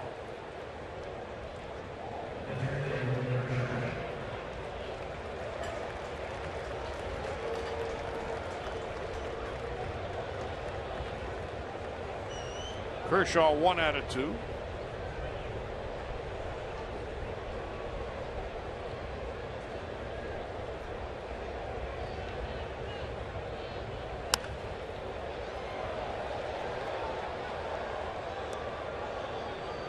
Only one team in the National League over the last 3 years Kershaw has been unable to beat. New York Mets.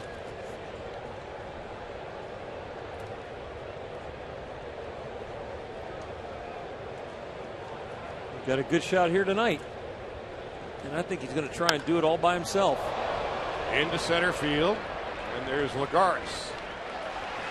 Meanwhile, Colon retires the Dodgers in order. We go to the bottom of the 8th. Kershaw clinging to a 1-0 lead.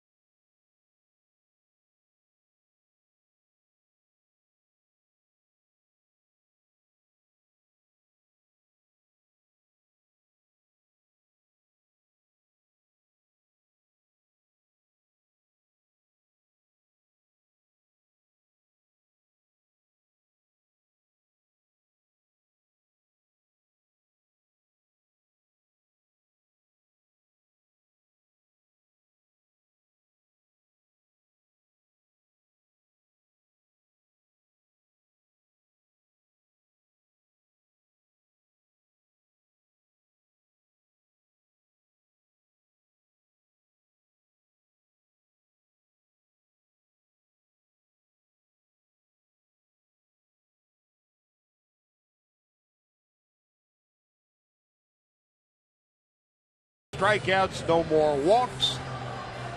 27 consecutive scoreless innings. Lucas Duda, Juan Lagares, and Anthony Recker will bat. Kershaw took a perfect game into the top half of the 7th inning, but Curtis Granderson began the 7th with a clean single to right. With 1 out, Wilmer Flores blooped a single to right, and that was as close as the Mets would come to a run. That's Granderson, who broke up the perfect game. Now the Dodgers have to keep the Mets from scoring, and they've got 6 outs to get it done. Duda, a strikeout victim twice tonight.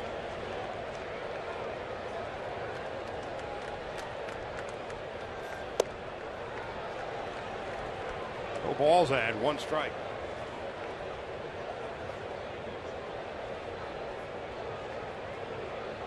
Dude has really been struggling over the past couple of months.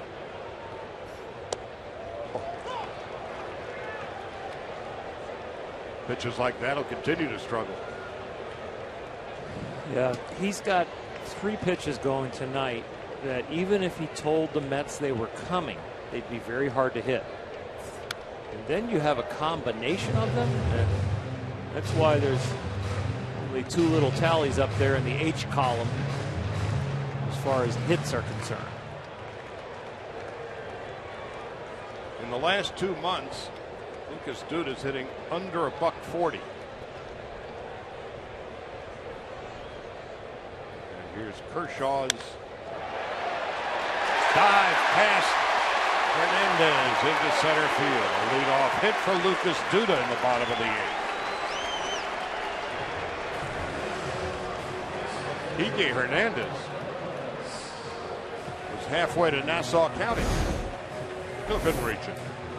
Well, they have the shift, or the deep shift for the second baseman out there by Kike, and Duda's still able to hit it past him. Stayed on that curveball. That was just one curveball that just stayed up there for Kershaw. All day we've been seeing that one start up high and just getting the bottom of the strike zone. Worthy of a Carl's Cam replay, and Juan Lagares is the batter. He squares the bunt and takes it back.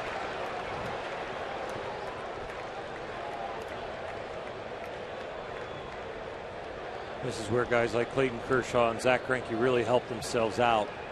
Leadoff single, bunt situation. He can field his position really well. He can hold the runners on. He's a multifaceted thinker out there and can still perform the duty of pitching. Lagares had 10 at-bats in 1 game this year, and Kershaw's about to record his 3rd pickoff. And he'll finish him off.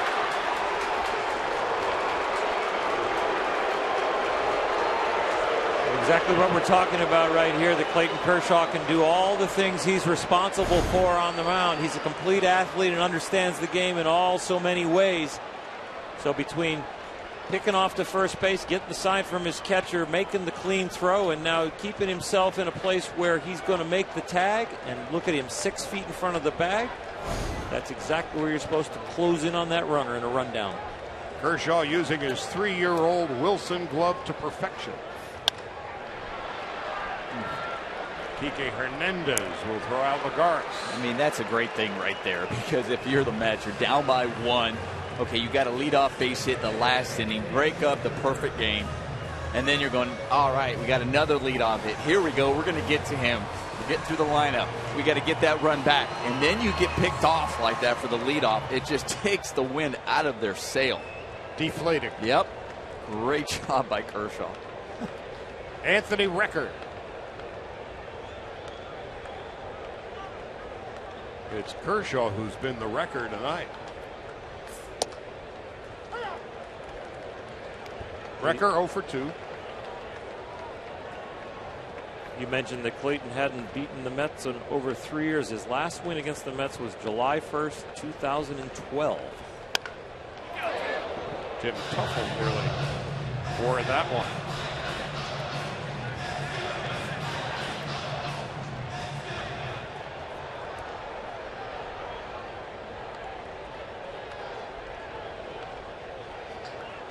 He's done well against the New Yorkers.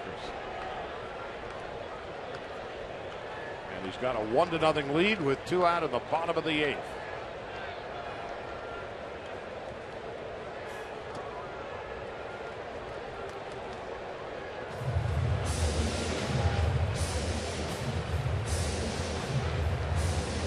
Looking for his 11th punch out right here with a 2-strike count again. Only 90 pitches, showing the efficiency. In the 7th, that was really the only high pitch count.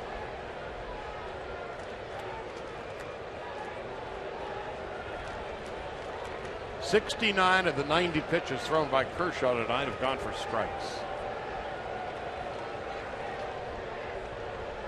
On 1 and 2, 2 balls and 2 strikes. Colon due to bat next. He won't. Daniel Murphy is in the on-deck circle.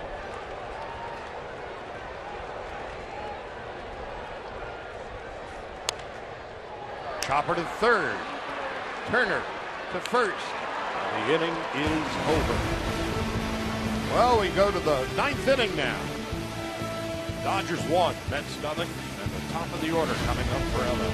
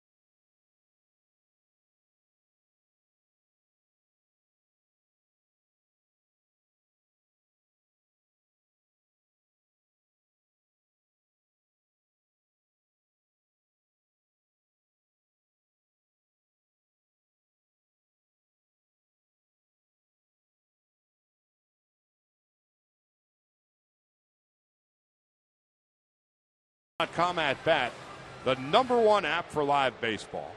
At bat is up to the moment, at any moment, with in-game highlights, live look-ins, replay reviews, radio broadcasts, StatCast, and more. Get MLB.com at bat for your smartphone or tablet. So Bartolo Colon's night is done. You're looking at Sean Gil Martin making his 33rd appearance. 1.82 ERA. Opponents barely above the Mendoza line. 29 2/3. He has struck out 25. And he'll be facing Jock Peterson to begin the 9th inning. Yeah, Gilmartin's done well over his last 15 innings, just allowing just 1 run.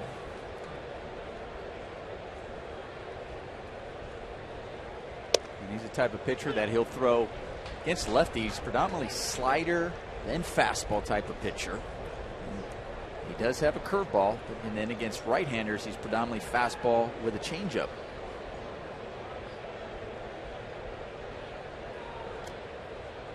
That's a nasty breaking ball. Those first two. That first one for a strike, and that one.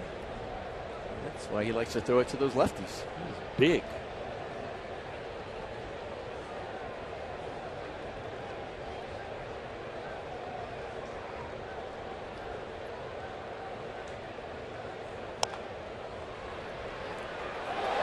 Diving stop at third and an ill-advised throw. Peterson is aboard. The effort here at third base. You also have to be aware of where your shortstop is, how far. I think if he lets that go, the shortstop has a better chance at it. Tejada rather than the third baseman having to dive and make that tough throw as we look in the Morongo slow-mo cam. So Peterson is aboard. It goes as a base hit.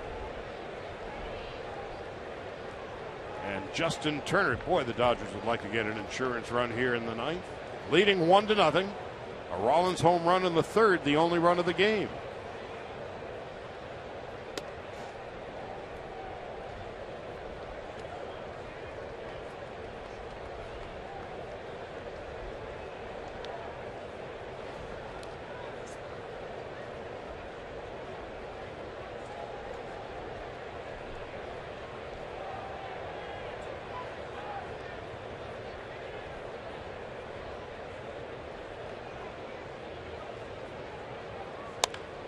Turner fouls it off to the right.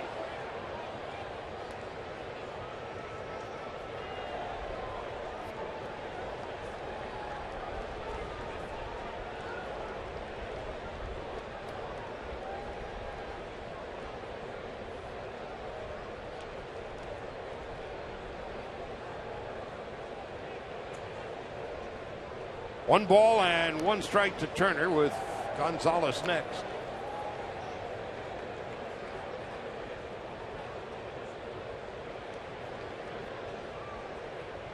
Coming into this game, again, what Kershaw has done is staggering. His scoreless streak now 28 consecutive games. Turner tries to bunt and fouls it off to the right. I like the thought there by Turner. Obviously needed a better execution on that bunt. But we've seen over the past few games, Charlie Norrell, where that little small ball like that, or them getting down the bunt, has really produced a run for them and come up big for the Dodgers. You know, they're beginning to loosen their tie a little bit. It's not a bad idea right there. We talked about how that is an important run for them. It certainly takes the sacrifice out of the arsenal for Terry Collins in the bottom of the ninth.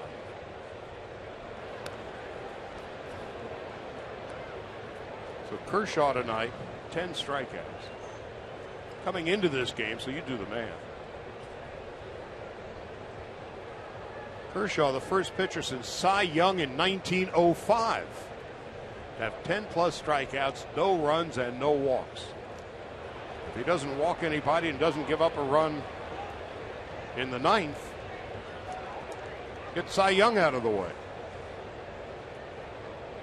The things that he is doing and the things we've been able to watch since he came up in 2008 as he's sitting next to his best buddy A.J. Ellis. Just staggering. Into center field. That's going to be a base hit. The Dodgers are in business now.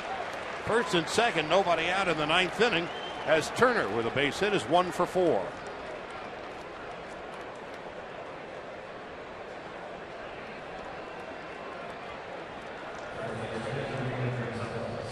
So the Dodgers getting to Gil Martin, who has been solid all year.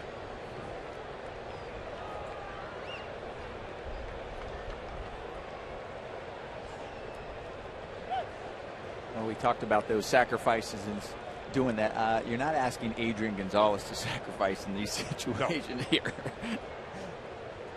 Adrian, you go be Adrian. Yes.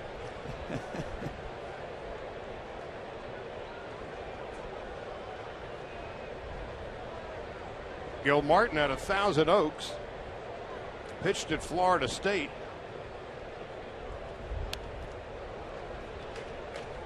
Fouls it back and 0-1. Adrian Gonzalez is 2 for 3. He's upset with himself right there because he knew that was a pitch. He hung a breaking ball. His timing was perfect on that. He kept his weight back and he just fouled that one off. And Gil Martin, a Rule 5 acquisition, who has paid off handsomely. No balls and a strike, first and second. 1 ball, 1 strike.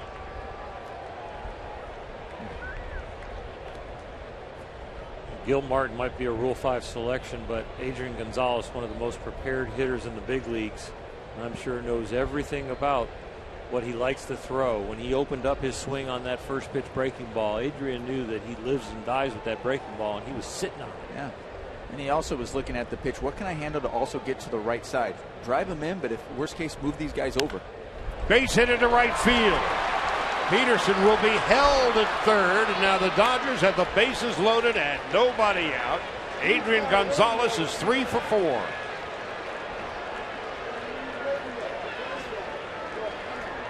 Talk about players making adjustments. Talk about players being prepared. Well, Lorenzo Bundy on this base hit. It's hard and it's firm to right field, and he holds up Jock Peterson. Jock, leadoff hitter with good wheels, but keep the table being set. Don't run into any outs. There's no outs here.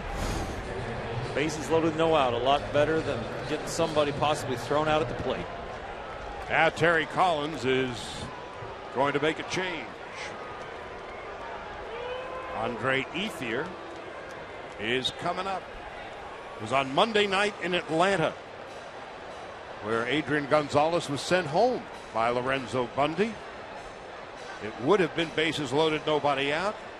That was a crusher for Lorenzo Bundy, and he was not allowing Peterson to get any further. So a pitching change. We're coming back, and when we do, Ethier will bat with the bases loaded.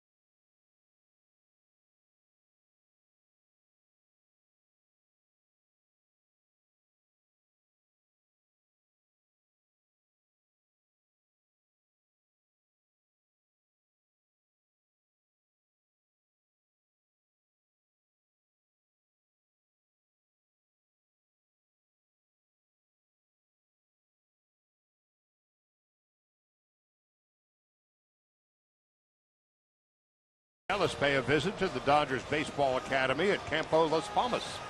Let's find out how winter ball helped Jock Peterson break into the big leagues. Don't miss Backstage Dodgers tonight at 8 o'clock right here on Sportsnet LA. Carlos Torres now on in relief with the bases loaded and nobody out, and Andre Ethier with a golden opportunity to break this game open. Torres, born in Santa Cruz, now lives in Kansas City. Has pitched for the White Sox, the Rockies, and the Mets. The Mets will bring the infield in. Hope for the best. And now Ethier has been called back, and Alberto Callaspo is going to pinch hit for him.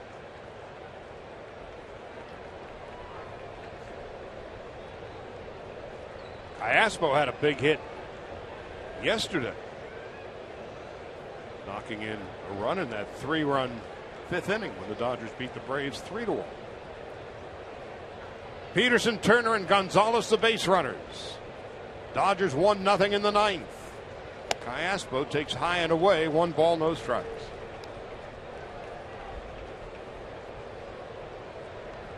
On the year, Callaspo's at .231, but .266 since coming to the Dodgers.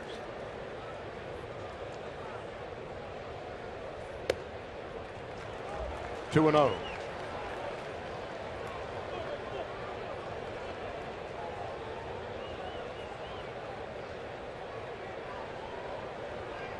Successive singles by Peterson, Turner, and Gonzalez here in the ninth.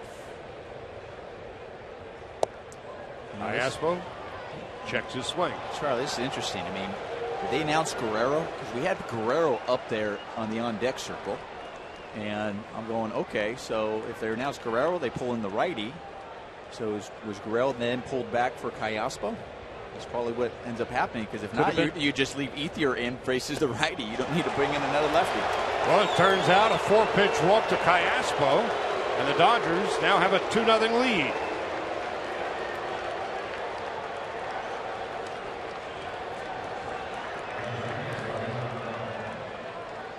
Well, the Mets lost a heartbreaker last night in Washington when the Nationals scored 3 in the 8th.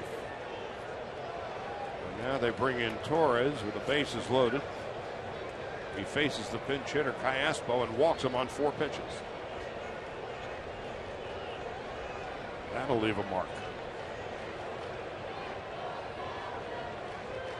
Grandal takes high. Well, this is not exactly what Terry Collins had planned. He brings in the righty to face Guerrero, and I'm sure Guerrero was probably pointed into the game by the home plate umpire. And then Guerrero got pulled back when they made the change for Alberto Iaspo, and now he's continuing to get balls out of his reliever. Dan Worthen going out to settle the nerves of Torres and has the entire infield in for the conversation as well.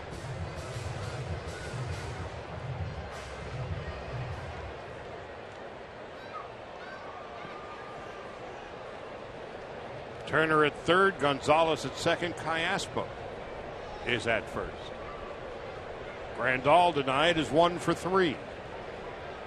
Dodgers 2 runs and 8 hits. The Mets no runs and 3. Wild pitch. Turner takes the conservative route. Yeah, well, that ball bounced so hard off the brick wall. It was a nice read by all 3 of the Dodger base runners. Yeah. Adrian Gonzalez got the farthest off of second base. This is like flat out a wild pitch. But the brick back there here at Citi Field, and it carried him so far back that Justin Turner reads it. He wasn't, see, right there, Justin Turner's going, wait, that's farther. You know, it's a tough read because you recognize it's bounced back hard. And if you're not sure, you just go, okay, I'm going to stay. I'm still in scoring position. Nobody out. You know, and good job, as you mentioned, for the other base runners, Adrian and Iaspo, just running with your head up, not paying attention to the guy in front as you're supposed to. Yeah, no assuming. Right. Recker couldn't find the ball. It was just good fortune for the Mets that it carried him in the direction where Torres was. And Justin Turner was breaking, and then he saw that it was bouncing back to the pitcher. 2-2 to Yasmani Grandal.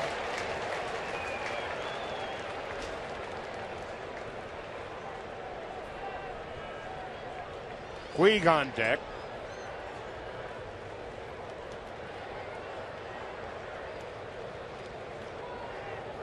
Infield remains in, and Grandal down on strikes. Yasmani will tell you that he didn't get a good pitch to hit, and he probably got himself out. Those last 2 breaking balls down around his ankles. A little too anxious with the bases loaded.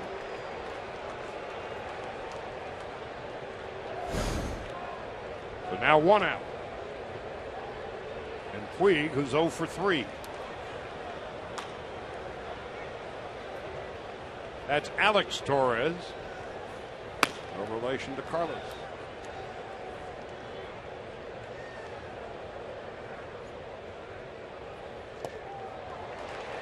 Nothing in 1 to Puig. 1 for 3 this year with the bases loaded. And just 173 with runners in scoring position. Puig tonight hitless in 3 at-bats and has bounced into a double play. 1 out, 1 in, bases loaded, 9th inning, and Puig with a fly ball to right. Granderson will make the catch.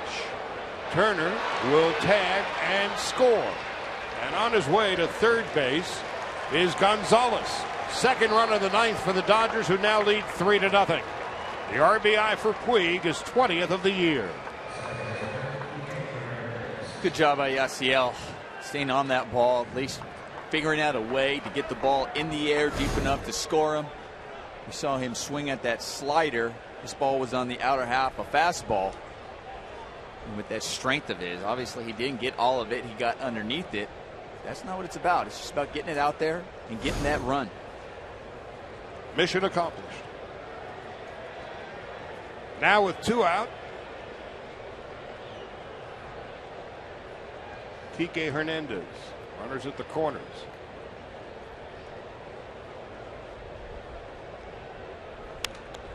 Good rip, fouls it back, 0-1. Hernandez starting at second base tonight. Kendrick the night off. He'll be back tomorrow. Kike is 0 for 3. Those insurance runs are feeling pretty good for Clayton Kershaw. They'll help you feel free and easy out there on the mound in the ninth.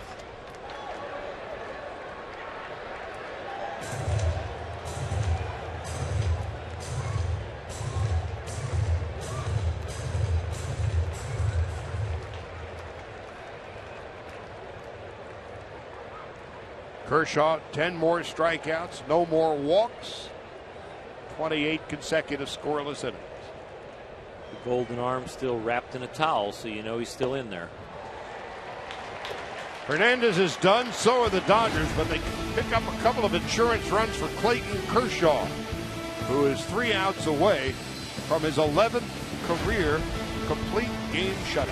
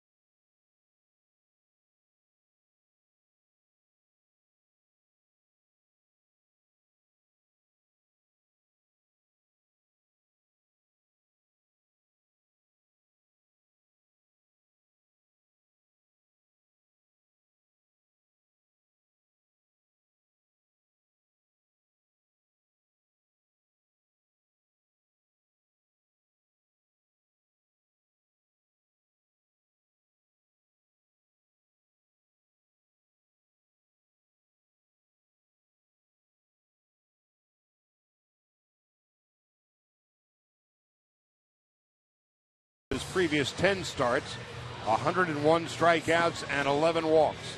Tonight, 10 more strikeouts and no more walks. And his scoreless streak is now 28 straight. And look how economical he has been. 92 pitches, 70 of them for strikes.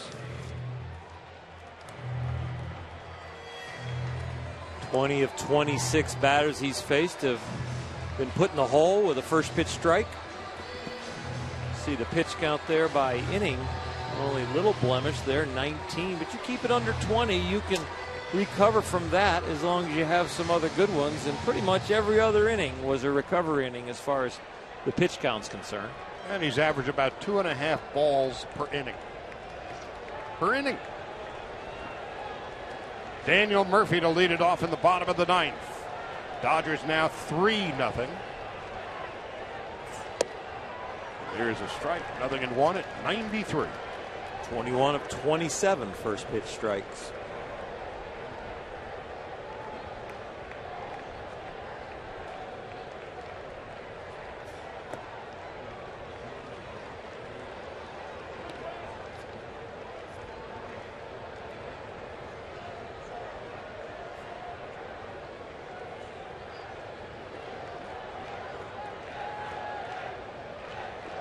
1 ball, 1 strike to Murphy. 1 ball, 2 strikes to Murphy.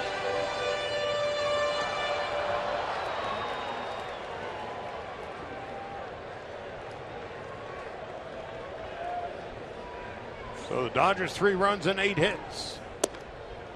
Just outside. Mets no runs and 3 hits. Kershaw was perfect until Granderson's leadoff single in the 7th.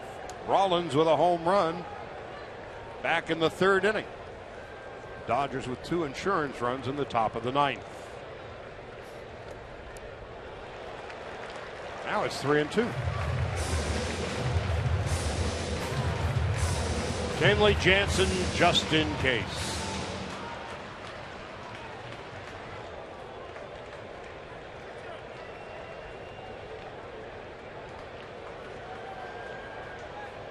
Three and two, beginning the bottom of the 9th.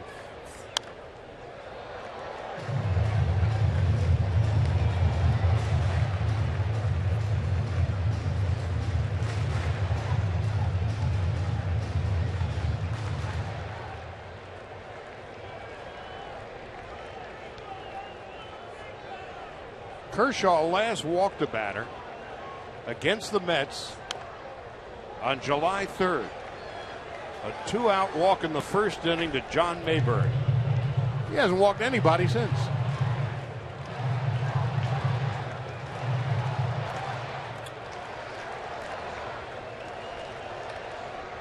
First full count of the night.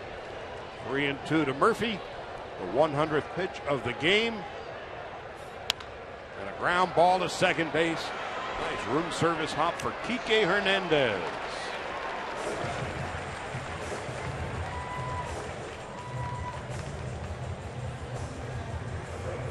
Clayton, over a span of 2 games, going back into the Washington game when he faced Doug Fister in the 3rd inning, Doug Fister got a hit off of him.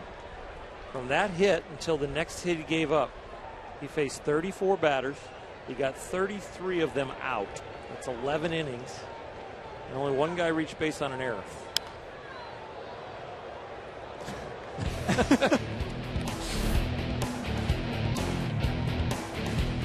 Granderson's leadoff single in the 7th inning. No doubt about it.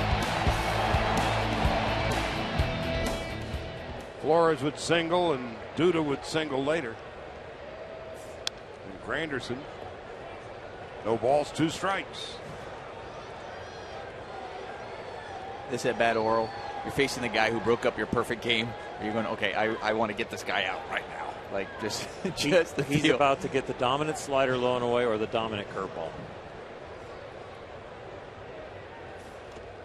Slider. In the dirt. Did he go around? Yep. So that's strikeout number 11 for Kershaw. This is the slider that when he had the perfect game broke up, he didn't get away. He didn't make a mistake with this one. Yasmani's glove's going left and for a block compared to back towards Granderson and down when he gave up the hit to him. Kershaw just 1 out away from his 11th complete game shutout of his career. Broken back ground ball to 3rd. Turner has it. Mission accomplished. Clayton Kershaw now with 27 consecutive scoreless innings. His 8th win of the year. His 11th complete game shutout. The Dodgers major league leading 15th shutout of the year as they whitewash the Mets tonight 3-0. For the Dodgers, 3 runs, 8 hits, no errors. The Mets, no runs, 3 hits, and no errors. Another brilliant pitching performance for Clayton Kershaw, who struck out 11 and did not walk a single batter. Kershaw showing once again why he is Clayton Kershaw. Ends the night with an ERA of .251 and improves his record to 8-6. Mets never had a chance tonight as the Mets are shut out. The Dodgers improved their record to 55-42, equaling a season high 13 games over 500